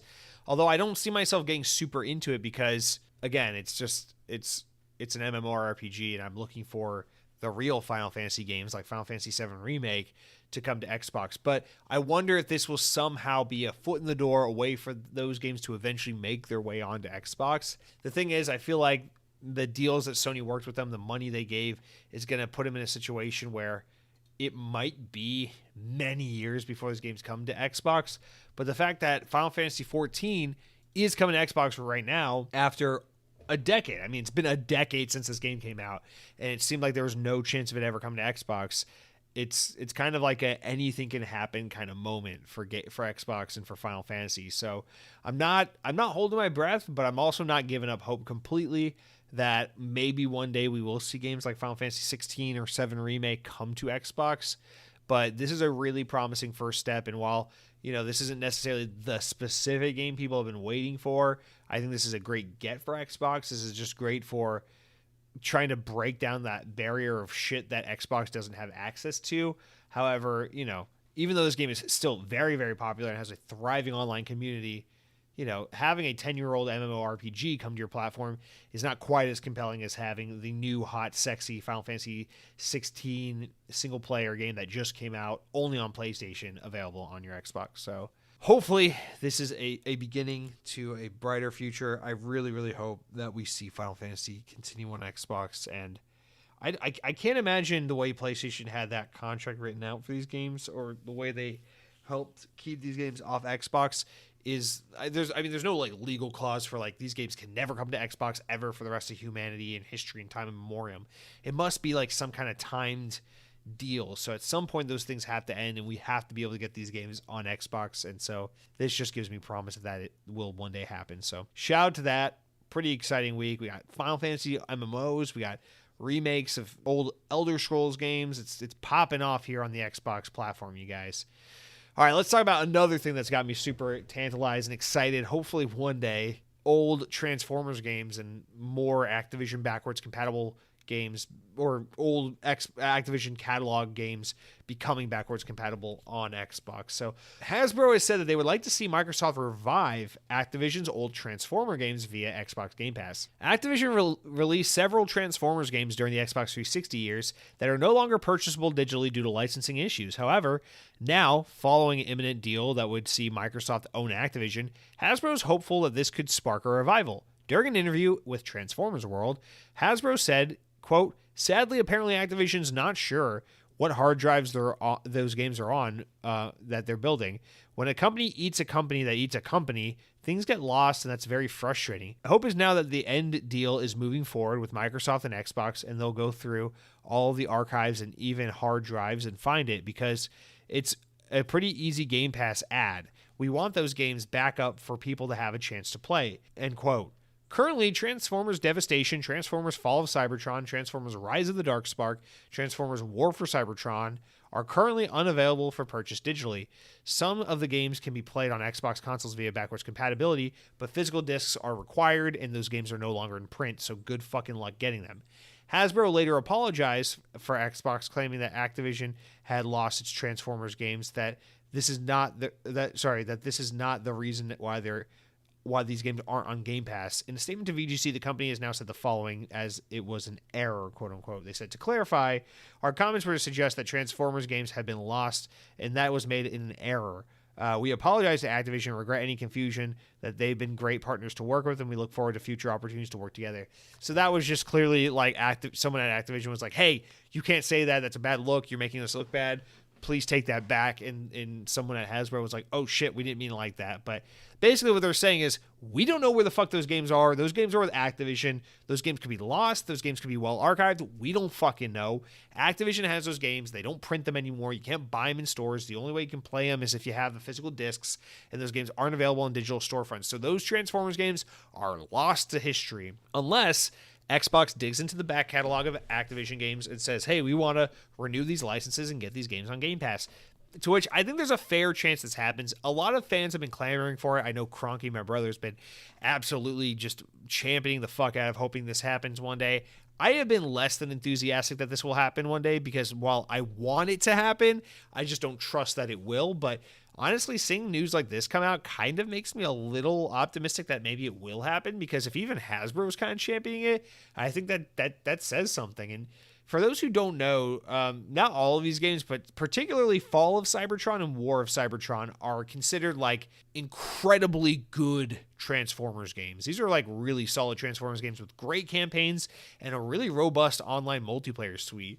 And man, I only played the demos of these back in the day on Xbox 360, but I remember thinking they were fantastic, and it seems like a lot of the sentiment in hindsight is these games were great then, and they're great now. It's a shame that people can't access them. And so, yeah, I mean, it fucking sucks. Transformers is one of those IP that lends itself so well to video games, but there aren't a lot of good Transformers video games, and there aren't a whole lot of Transformers games that have come out in recent history. So, like, there's a lot of room for Transformers, but unfortunately we just haven't gotten a lot of it. I know there's like some like action adventure Bumblebee cartoony game made by some like no-name studio somewhere in the world that's coming out soon. The trailer was released for that not too long ago. And then in addition to that, we know that that Transformers reactive game is in development by developer Splash Damage. So we don't really know a whole lot about that game, but they revealed it at the Game Awards last year, and it looks very, very, very cool, at least tonally. So hopefully that's a good Transformers game, but even that game is a little whiles away. So we just don't get good Transformers shit anymore, and it would be so cool if these games become backwards compatible. Not even all the licensed stuff, but there's like other stuff. Well, actually, sticking with licensing real fast, it'd be really cool to see some of those old Spider-Man games becomes backwards compatible, like Web of Shadows and Ultimate Spider-Man and things like that, as well as just like some old Activision things that we don't see anymore, like the old prototype games. Like, make those backwards compatible. Why the fuck not, you know? So Gun was an amazing Western shooter, third-person shooter game, which is so fucking fun. I loved Gun on the original Xbox. I beat that game in like one sitting. It was so much fun. Yeah, I mean, Activision used to publish and develop lots of cool games and a lot of licensed stuff, a lot of original stuff. And even though I love Call of Duty, it's just, man, it's so sad that Call of Duty completely pulled them away from anything creative outside of Call of Duty, because they used to do a lot of really cool shit and we just don't get that anymore. And so hopefully having big names like Hasbro kind of speak out and be like, hey, renew this license, get these games on Game Pass, we want to see these games accessible again, like that. Hopefully that kind of speaks to Microsoft a little bit and gets them to want to pursue these games for backwards compatibility and for Game Pass in the near future, because these are the kinds of things you could do early on. If this Activision deal is all completely set and done in a couple months, these are the kinds of gets you could do at like the end of 2023 or in early 2024, just to kind of get some shit trickled onto Game Pass. And because Xbox is going to be so content hungry and because Game Pass needs shit, man, I feel like these would be good gets. I'm actually a lot more optimistic about games like this coming back and being available on Game Pass now that I think about it. And this gets me really excited. This is the kind of stuff, like, of course I want awesome new day one games like Starfield and Halo Infinite and shit for Game Pass, because that's the big star attraction. But like, this is that secondary stuff for me. I know for a lot of people it's like that new indie you didn't know you were gonna love, but you played it because it was on Game Pass. It was phenomenal. I love stuff like that, but this is the stuff for me that's like especially tantalizing for Game Pass, is like bringing back and making easily accessible these old Transformers games that were excellent back in the day. Like, not only is that really, really cool in terms of just like adding value to Game Pass, but this is some of that games preservation shit that Phil Spencer and Xbox are always talking about. And this is how it's done, man. Xbox's initiatives with backwards compatibility have done a lot for game preservation. I feel like this could be a great next step now that they're going to have access to that catalog. So hopefully we see that happen. All right, let's last big story for the day is EA posting record Q1's earnings in their financial call. So EA says its first quarter financial results for the current fiscal year were the highest ever for the company. The company's net bookings for the quarter were $1.578 billion, up 21% compared to the same period previous year, which is insane. Net bookings cover the net amount of products and services sold digitally or sold in physically. This is not including just game sales, but other income including licensing fees, merchandise, and in-game ads. According to EA, the main reason for the record-breaking quarter was FIFA 23 and Star Wars Jedi Survivor. FIFA Ultimate, they say, quote, FIFA Ultimate Team engaged tens of millions of fans daily, averaging users grew 15%, CEO Andrew Wilson said during the earnings call. FIFA Mobile attracted over 65 million new players in the quarter alone. FIFA Online produced double-digit growth across monthly, weekly, daily average users. That's insane. Let me say that again. FIFA Mobile attracted over 65 million new players in this quarter alone. What the fuck, man? That's why these guys are after digital or mobile. That's nauseating how much money that it's over, dude. Gaming's over. FIFA 23's Q1 net bookings were also a record for the history of the franchise. CFO Strout Canfield said that further demonstrating the power and potential of a connected, massive online community. EA delivered its record Q1 driven by strong momentum in EA Sports Global Football, Star Wars Jedi Survival, and Andrew Wilson said the following: "Our exceptional teams are creating innovative entertainment experiences across our multi-year pipeline, starting with the highly anticipated cultural defining titles like Madden and EA Sports FC 24. Canfield added, "We are strong with a strong start to the fiscal year. We are now with net bookings growth of 21% year over year, highlighted by the new releases, continued live service growth, healthy engagement, and new player acquisitions. Looking ahead, our teams remain focused on delivering long-term growth and profitability." One thing I have to take away from this is obviously Star Wars is what bolstered this, but yes, FIFA's growing, Madden's growing. I'm sure even stuff like Apex Legends and stuff is just continuing to clobber. But my key takeaway is they keep mentioning in this report how FIFA is just killing it. FIFA is going higher and higher up with just new players and revenue and participation and app purchases and game downloads and all this stuff. And they're bragging about FIFA. But in the same report, they're talking about how FIFA's name is going away and it's about to be replaced with this EA Sports FC whatever 24. And it's quite a risk to jump away from this thing that's brought you so much success, this brand that's brought you so much success, and is still growing rapidly and tremendously up to this day. And in its final days before you switch away from that, you're bragging about how it's brought you so much success as of late. And so it'll be really, really interesting to see if they're able to not only maintain the success they've always had, but continue this trajectory of growth with FIFA turning into this EA Sports FC as they drop and lose the FIFA license and branding. So that's going to be really critical to see. They seem to think it's all in their online community and that these people aren't going anywhere, but I think a lot of people are going to bounce without the license, although they're working really hard to get basically every other license outside of FIFA in order to keep the game as intact as can be. But without FIFA, there's a lot of things you're going to have to change. So I'm really, really curious to see how that plays out. Otherwise, yeah, EA's clobbering. It's, PlayStation was posting really great numbers the other week.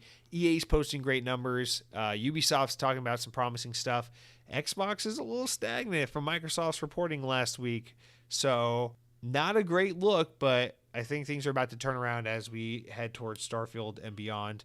Let me tell you what, they can get those Transformers games backwards compatible after this Activision deal. I think everything's going to be just fine for Xbox. But joking aside, let's move on, guys, to a couple closing stories here. We've got Game Pass games coming and leaving. Sorry if you can hear that. There is a rainstorm just ended, and now there's some fucking duck outside that is just...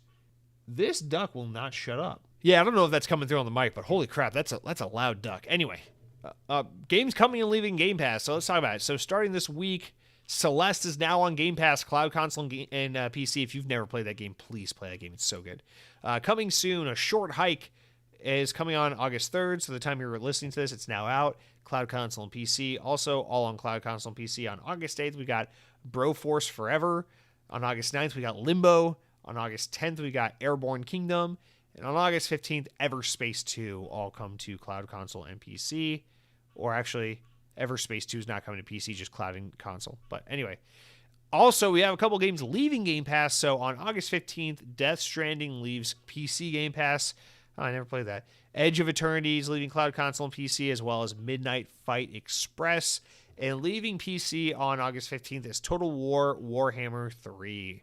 So be sure to check those games out before they're completely gone in the next 2 weeks. And you guys, we got one more. Let's talk about our final ever Games with Gold. That's right. Remember, guys, Games with Gold is ending for good after August because in September, Xbox Live is being retired and is changing to Game Pass Core. So we're going to have to say goodbye to Games with Gold as we get our Core 25 lineup of games included with the subscription to replace Games with Gold, whatever. It's a little bittersweet because Games with Gold, it's a historied part of the Xbox Live experience and with Xbox's history, but it's also such a fucking terrible offering that's been so embarrassingly bad for so long. But the final 2 games to ever be featured on Games with Gold are as follows for the month of August. And it's a little different this month. Both games are available from August 1st to August 31st. So the entirety of the month, not spilling into September or becoming available later in the month. It's just both games are available from the first day to the last day of the month. And those games are Blue Fire and Inertial Drift. Both games probably no one's ever heard of.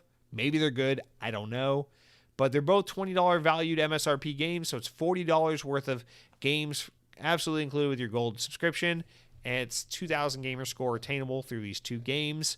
So make sure you download those final games with gold or add them to your queue or download them and delete them, whatever you got to do, just so you have access to them forever and for always. As after this, Games with Gold will officially be no mas. So rest in peace, Games with Gold. You have sucked for so long. In the early days, Games with Gold was actually quite good, to be completely fair. But in the past recent years, Games with Gold has been trash, I'd say, for at least 3 or 4 years. But yeah, man, Games with Gold will come to an official end on September 1st. You can continue access to Games with Gold previously redeemed by remaining a Game Pass Core or Game Pass Ultimate subscriber. And if you currently have a Game Pass Ultimate membership, you will continue on the same plan that you've been on. You will not be switched over to Game Pass Core. You will just stay Game Pass Ultimate. If you are just an Xbox Live subscriber, you will be moved over to a Game Pass Core subscription. So rest in peace, Games with Gold. We hardly knew you, except we knew you way too long. Guys, that's going to do it for all of our big news. Let's move into our important enough news stories, important enough to make the podcast, but not important enough to warrant their own discussions, which we got a handful, so let's just blast through them here. Microsoft officially announces the Xbox controller Stormcloud Vapor, which was teased last week or leaked last week. Nothing to really say about this. It's retailing for $70. You can pre-order it now or actually it's already available now. No. You can pre-order it now. It's available August 8th. So it comes out in less than a week here.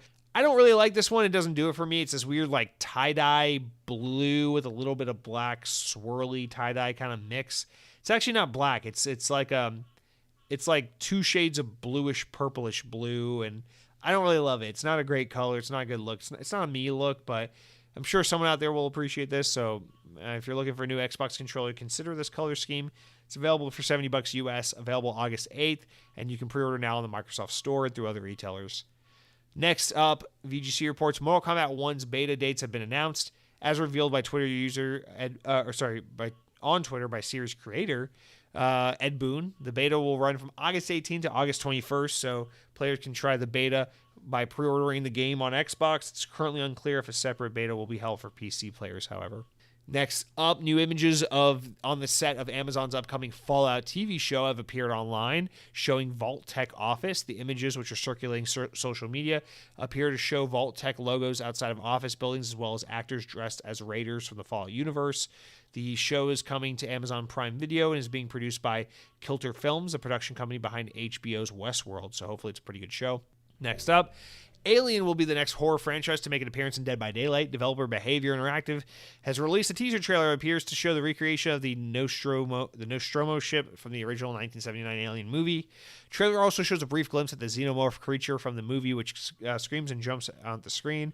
The DLC will be available August 8th, the same day that new controller's out. So maybe you get your Alien DLC, you get your new controller, you go home, you spook yourself. Fun weekend. I don't know.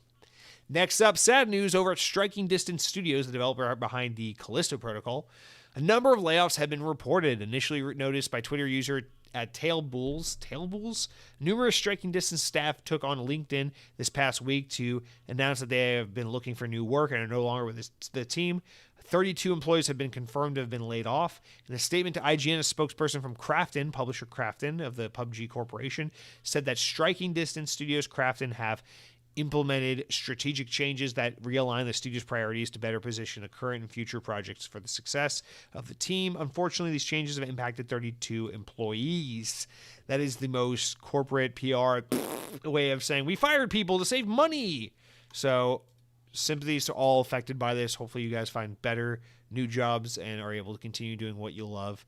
That fucking sucks. All right, next up here, we got 2 more. Microsoft started selling replacement parts for Xbox controllers, along with documentation and online videos teaching players how to repair these things on their own. The new Xbox Repair and Replace Parts page on Microsoft Store lets players order parts for Xbox Elite Wireless Controller Series 2 and Xbox Wireless Controllers for Series X and S. Parts include replacement input PCBAs, which is the circuit board which handles the controller input, replacement motor assemblies, which includes attachment motors, rumble motors, buttons, and top cases. As well as selling replacement parts, Microsoft also posted documentation video guides showing how to do it on their own, which is really fucking cool. They're allowing players to basically repair these controllers by themselves, so it's a lot more affordable and accessible to do that, which is great because a lot of people do complain that the only issue with the Elite Series controllers is that parts wear out or break or things, go bad. So having that repairability option is a really great way to help people feel like they're secure in their investment in buying these controllers. And finally, Xbox will soon let players stream games directly through Discord. A feature is rolling out to Xbox Insider's Alpha Skip Ahead ring right now as of today, so players can be sure to check out and make sure it's working properly. But once testing is complete, Xbox will roll this out to everyone on Xbox and allow people to stream their gameplay directly on Discord. This was confirmed by Xbox Wire this week. And that is it for all of the news this week, you guys. We're all through the news with the exception of... or we're all through the podcast, I should say, with the exception of the comments. You know how it works. Final section of the podcast. You head on over to youtube.com/XboxOnPodcast or at XboxOnPodcast on YouTube. Click on the latest episode. Subscribe while you're there. Leave a comment on the latest episode and say whatever the hell you want. You can insult me for being a PlayStation shill. You can compliment me for having armpit hair that grows faster than your lawn grows. I don't fucking know, but you can say anything in the comments and I'll let you say it because I made fun of British people, so why can't you make fun of me? That's just how the world works. Welcome to the comment section. And if you're listening on podcast services and you're not on YouTube, please, for the love of God, rate the show 5 stars, leave a review, leave comments, subscribe. Anything to help the podcast, it would be greatly appreciated. So I appreciate you guys. And let's get into our comments. We have 4 comments to get through this today. First one coming from Arctic Chief, who's changed his name to Bang Me Funkini. What the fuck is this? First of all, is this not Arctic Chief? Is this someone who took Arctic Chief's picture and has a different profile? What is happening? Arctic Chief, please write in and explain what the fuck happened with your name. I'm hurt, I'm offended, I'm scared. But you wrote in about backwards compatibility and you said, hey guys, love the backwards compatibility in gaming. I'd say Nintendo has done it best, literally with putting past consoles built into the next, like how the DS had a Game Boy Advance slot on the bottom, how the Wii could play GameCube games. But Nintendo also does this thing where they know you want to play their old games, so they delist it and basically make it a criminal offense to try and play it on your own means. Xbox has done a pretty good job in recent years getting old games preserved. Changing gears, I haven't had a whole lot of time playing games with trying to sell my house and buy another house, but we're almost there. I'm ready for the fall to be here for some fall gaming. Amen. Finally, I've been in such a Spider-Man mood lately. I've watched all the live-action Spider-Man movies on Disney+. Sunday, we watched the Tobey movies. Monday, we watched the Andrew movies. And Tuesday, we watched the MCU movies. Now, I'm not here to buy another PlayStation 5 for Spider-Man games. I had to sell my last PlayStation 5. Okay, a couple things. We'll break this down, I guess. Backwards compatibility, I would say Nintendo used to be the kings of this. I think Xbox are kind of the kings of it now, but Nintendo is still pretty good about it. Overall, they both have different approaches, but I appreciate that both of them show interest and care. PlayStation clearly sucks the most at backwards compatibility. They don't give a shit, and that sucks. If I were a big PlayStation fan who had every generation of PlayStation and just played majority on PlayStation, I'd be so sad to know that that platform isn't giving a shit at all about preserving previous generations, especially because PlayStation has a wonderful catalog of old games, and it fucking sucks that if you have a PS5, you can't go back and play the old Resistance games because those are good games, along with lots of other PlayStation games that are excellent and just inaccessible. So hopefully PlayStation gets better about that someday in the future. But obviously nobody is better at backwards compatibility than, of course, PC via services like Steam and such. But yeah, I don't know. I'd say these days in the console space, Xbox is doing the best job, but Nintendo is still doing a pretty good job. Back in the day for sure, Nintendo was great at it when it was just like backwards compatibility is just putting a game in your new console from your old console, and it works for the most part. So that was pretty ideal for sure. But yeah, congrats to you and your family on the house. Hopefully you guys find a great new home and the move goes smoothly. I'm dealing with a lot of that shit myself. This week's been very stressful for very similar reasons, so I understand, man. I hope that's going well for you guys and that it's all over soon and things are better off for all the chaos you're going through. And also, finally, dude, shout out to Spider-Man. First of all, that's a lot of movies to be watching in 3 days in a row. You got 3 Tobey movies on Sunday, 2 Andrew movies on Monday, and then what? Like, how many MC movies is that? There's 3 Tom Holland Spider-Man movies. Then Tom Holland's also in 2 of the Avengers movies. He's also in Captain America, Civil War. I mean, that's a lot of movies, man. But yeah, dude, shout out to Spider-Man. Spider-Man's great. God, I wish I had a PS5 so I could play Spider-Man 2. But I'm going to wait a couple years till it comes to PC, and then I'll play it on PC. But this is going to be a hard fall while everyone's playing Spider-Man 2. I'm like, okay, I got Alan Wake 2, I got Starfield, I got Sonic Superstars, I got Mario Wonder, I got all these other great games to keep me distracted, but Spider-Man 2 is a game I'm really going to wish I could play. So I feel you there, man. But yeah, shout out to Tobey Maguire, of course, the best Spider-Man of all time. And thank you for writing in, Arctic Chief. Please explain why you changed your name, please. But I love you. Ubisoft. Let's talk about Ubisoft. Mike Clark writes in and says, I'm fairly excited with Ubisoft games. Always excited to play and hear Phoenix being called... Always enjoyed them and had to hear Phoenix being canceled stings a bit. Oh, the sequel to Phoenix Immortal Rising. That was a good 3D adventure game. And the comparisons to Breath of the Wild is kind of unfair. Fingers crossed that Prince of Persia and Splinter Cell see the completion. Yeah, fucking right. I hope that Splinter Cell remake actually happens. And Prince of Persia, I think that will come soon. But yeah, I wouldn't know. I didn't play enough Immortals Phoenix Rising to know it's not very comparable to Breath of the Wild. But yeah, that is what many people compare it to, including myself for sure. You said, God, I love the Nintendo Switch, but I just don't have the RAM for the animated background, lol. But it just don't have the... Yeah, no chance in hell. Keep it simple so it can load fast. Maybe I'm ahead of the curve and all, but my controllers already have a smell of food with a hint of ass. That's in relation to those Ninja Turtle controllers we were talking about. You said, Cheez-Its are poo. Carb count is god awful. Microsoft makes lots of money. Xbox, far as console sales are concerned, is bad. Xbox/Game Pass will be an app sooner rather than later, and they will be happy about that. The retro Xbox service is fire way for Xbox to end emulation on consoles. Tencent equals Microsoft, the Chinese version. I kind of agree with that. And part 2 is coming later, so funny comment. Oh, and then you said part 2. Here we go. Just wanted to say thank you again. Made the hospital stay better. Have a great week and look forward to the next show. Well, I hope your hospital stays are coming to the end because I hope whatever it is you're going through, everything's getting better and better, Mike. So thank you as always for writing in. I appreciate the nonsensical ramblings responding to various points of the podcast last week. But yeah, hell be to Cheez-Its. Microsoft, thank you for the backwards compatibility, and please don't be like Tencent. Next up, an old legend writes in. Dead Captain James, who's not so dead after all, writes in to infuriate me and says, don't worry, I'm still alive, I'm still lurking, moved halfway across the country, and I'm finally settled into my new house. Great show. As always, Jesse, thank you. Cheez-Its are in fact a superior snack food. Goldfish are delicious, but way too salty and hurt your mouth. Cheez-Its, on the other hand, can be a perfect blend. I disagree. Cheez-Its are not... Goldfish are not too salt. I don't see how goldfish are saltier than Cheez-Its, but I guess I see what you're saying. Goldfish, they kind of wear the salt in the outside a little better, whereas Cheez-Its kind of like baked into the cracker a little more, if that makes sense. But I don't know, man. That's a hot take. I'm going to take Goldfish over Cheez-Its. I'm going to say most of the audience is going to agree with me because you're the only person that really wrote in about this other than you and Mike Clark. So I'm just going to assume that everyone agrees with me that Goldfish are better than Cheez-Its. And I'm going to let this be the outlier. But please, Dead Captain James, you are the OG. You are the favorite child. Do not break my heart by saying Cheez-Its are better than Goldfish.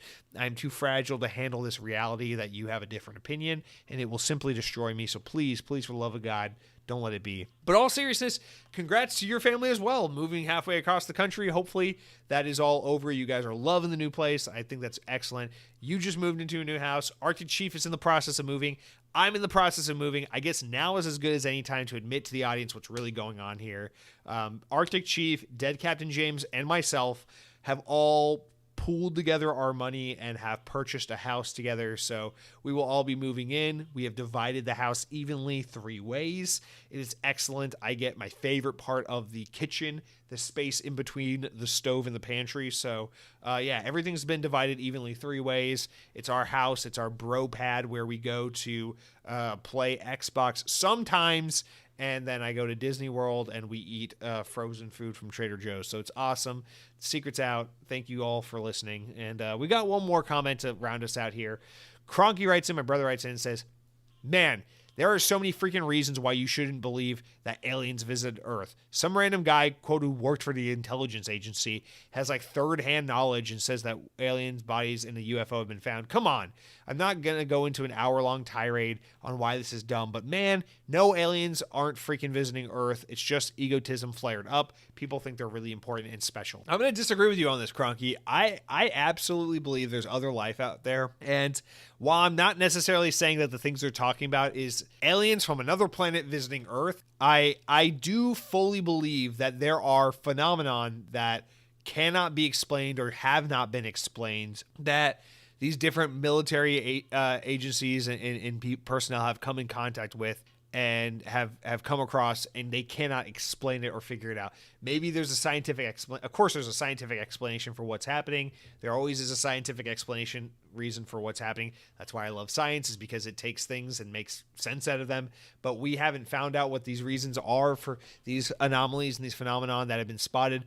But I don't know, Cronky, without getting into it too much, as a dumb man, as a man of dumbness as I am, I refuse to believe that there is not other life form out there and that there aren't even potentially more intelligent life form than what we have. It just doesn't make sense considering how expansive the universe is. And so I'm going to go ahead and believe aliens are real. Now, that's not necessarily what I'm saying is that these guys are coming across gray, slimy aliens and UFOs, but to think that these guys aren't coming across something, some kind of anomaly or thing that can't be explained or that they can't make sense of, doesn't mean something unusual that needs to be explored further isn't happening. And the reason why so much of this is third-party knowledge and stuff is because these guys basically don't have the ability to speak for themselves. They've all been... their whole lives will be completely devastated and ruined if they speak up. So this is kind of whistleblowing in the best way they can without completely compromising their existence and breaking NDAs and basically being litigated and potentially jailed for speaking out, because government agencies are trying to keep this shit under wraps and always have been. I don't know. I personally choose to believe that this shit is real.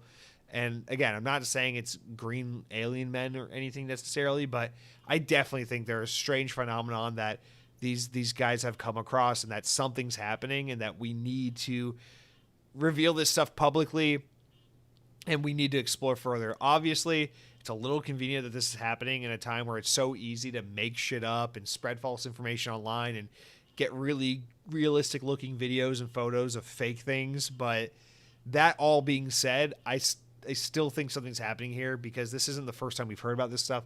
This kind of stuff has been talked about for so long. And honestly, this just kind of plays into my general despondency I have with humanity, which is like, we don't care about the fact that our government just takes oodles and oodles of money from us and pours it into wars. We don't care that our government allies with nations that are genociding other countries. We don't care that our government is neglecting the issues, the infrastructure needs, the education needs, the food needs, the clean water needs, the infrastructure needs that the people have, because we're all too consumed by like some bullshit. Console wars, Kardashians, nonsense. People are always so...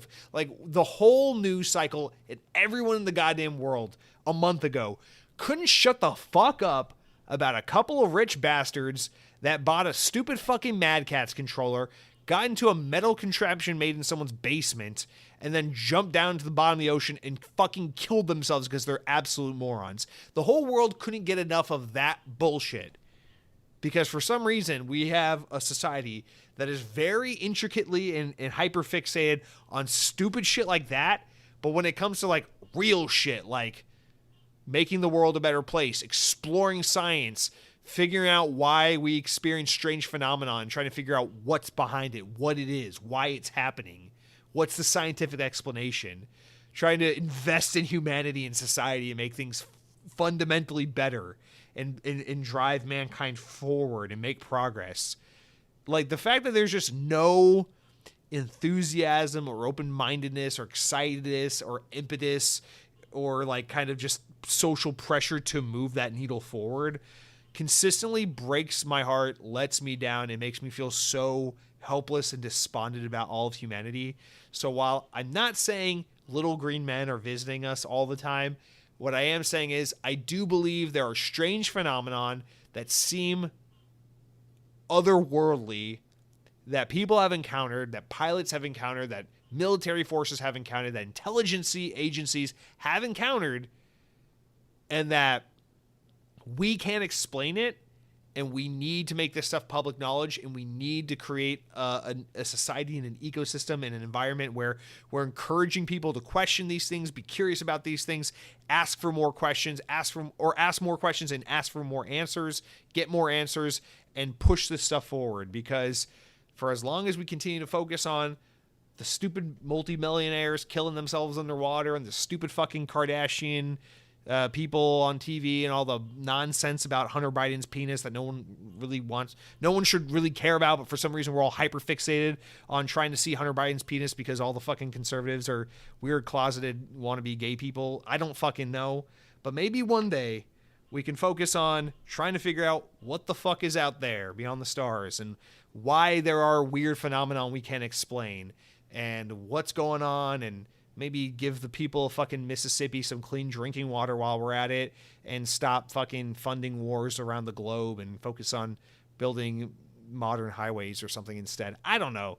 This kind of falls under that category for me, where I'm just like, I just want to believe in something that's like something that matters, that gets us to the next step, rather than, I don't know what the fuck's what's happening. Barbenheimer, is that what we care about right now? So I don't know. That being said, write in. Let me know what you think about Elder Scrolls 4 Oblivion remake, you guys. What a weird non-Xbox related note to end on. But thank you all for listening. As always, I really appreciate each and every one of you who support the show. Leave nice comments. If you have mean things to say, you can say them to me on Twitter. Please, by all means, find me on Twitter. Treat me like dog shit. But when it comes to the reviews for the podcast, don't say anything less than 5 stars, glowing review, outstanding, amazing podcaster, step aside, stupid Joe Rogan, here comes Jesse DeRosa, or however you say it.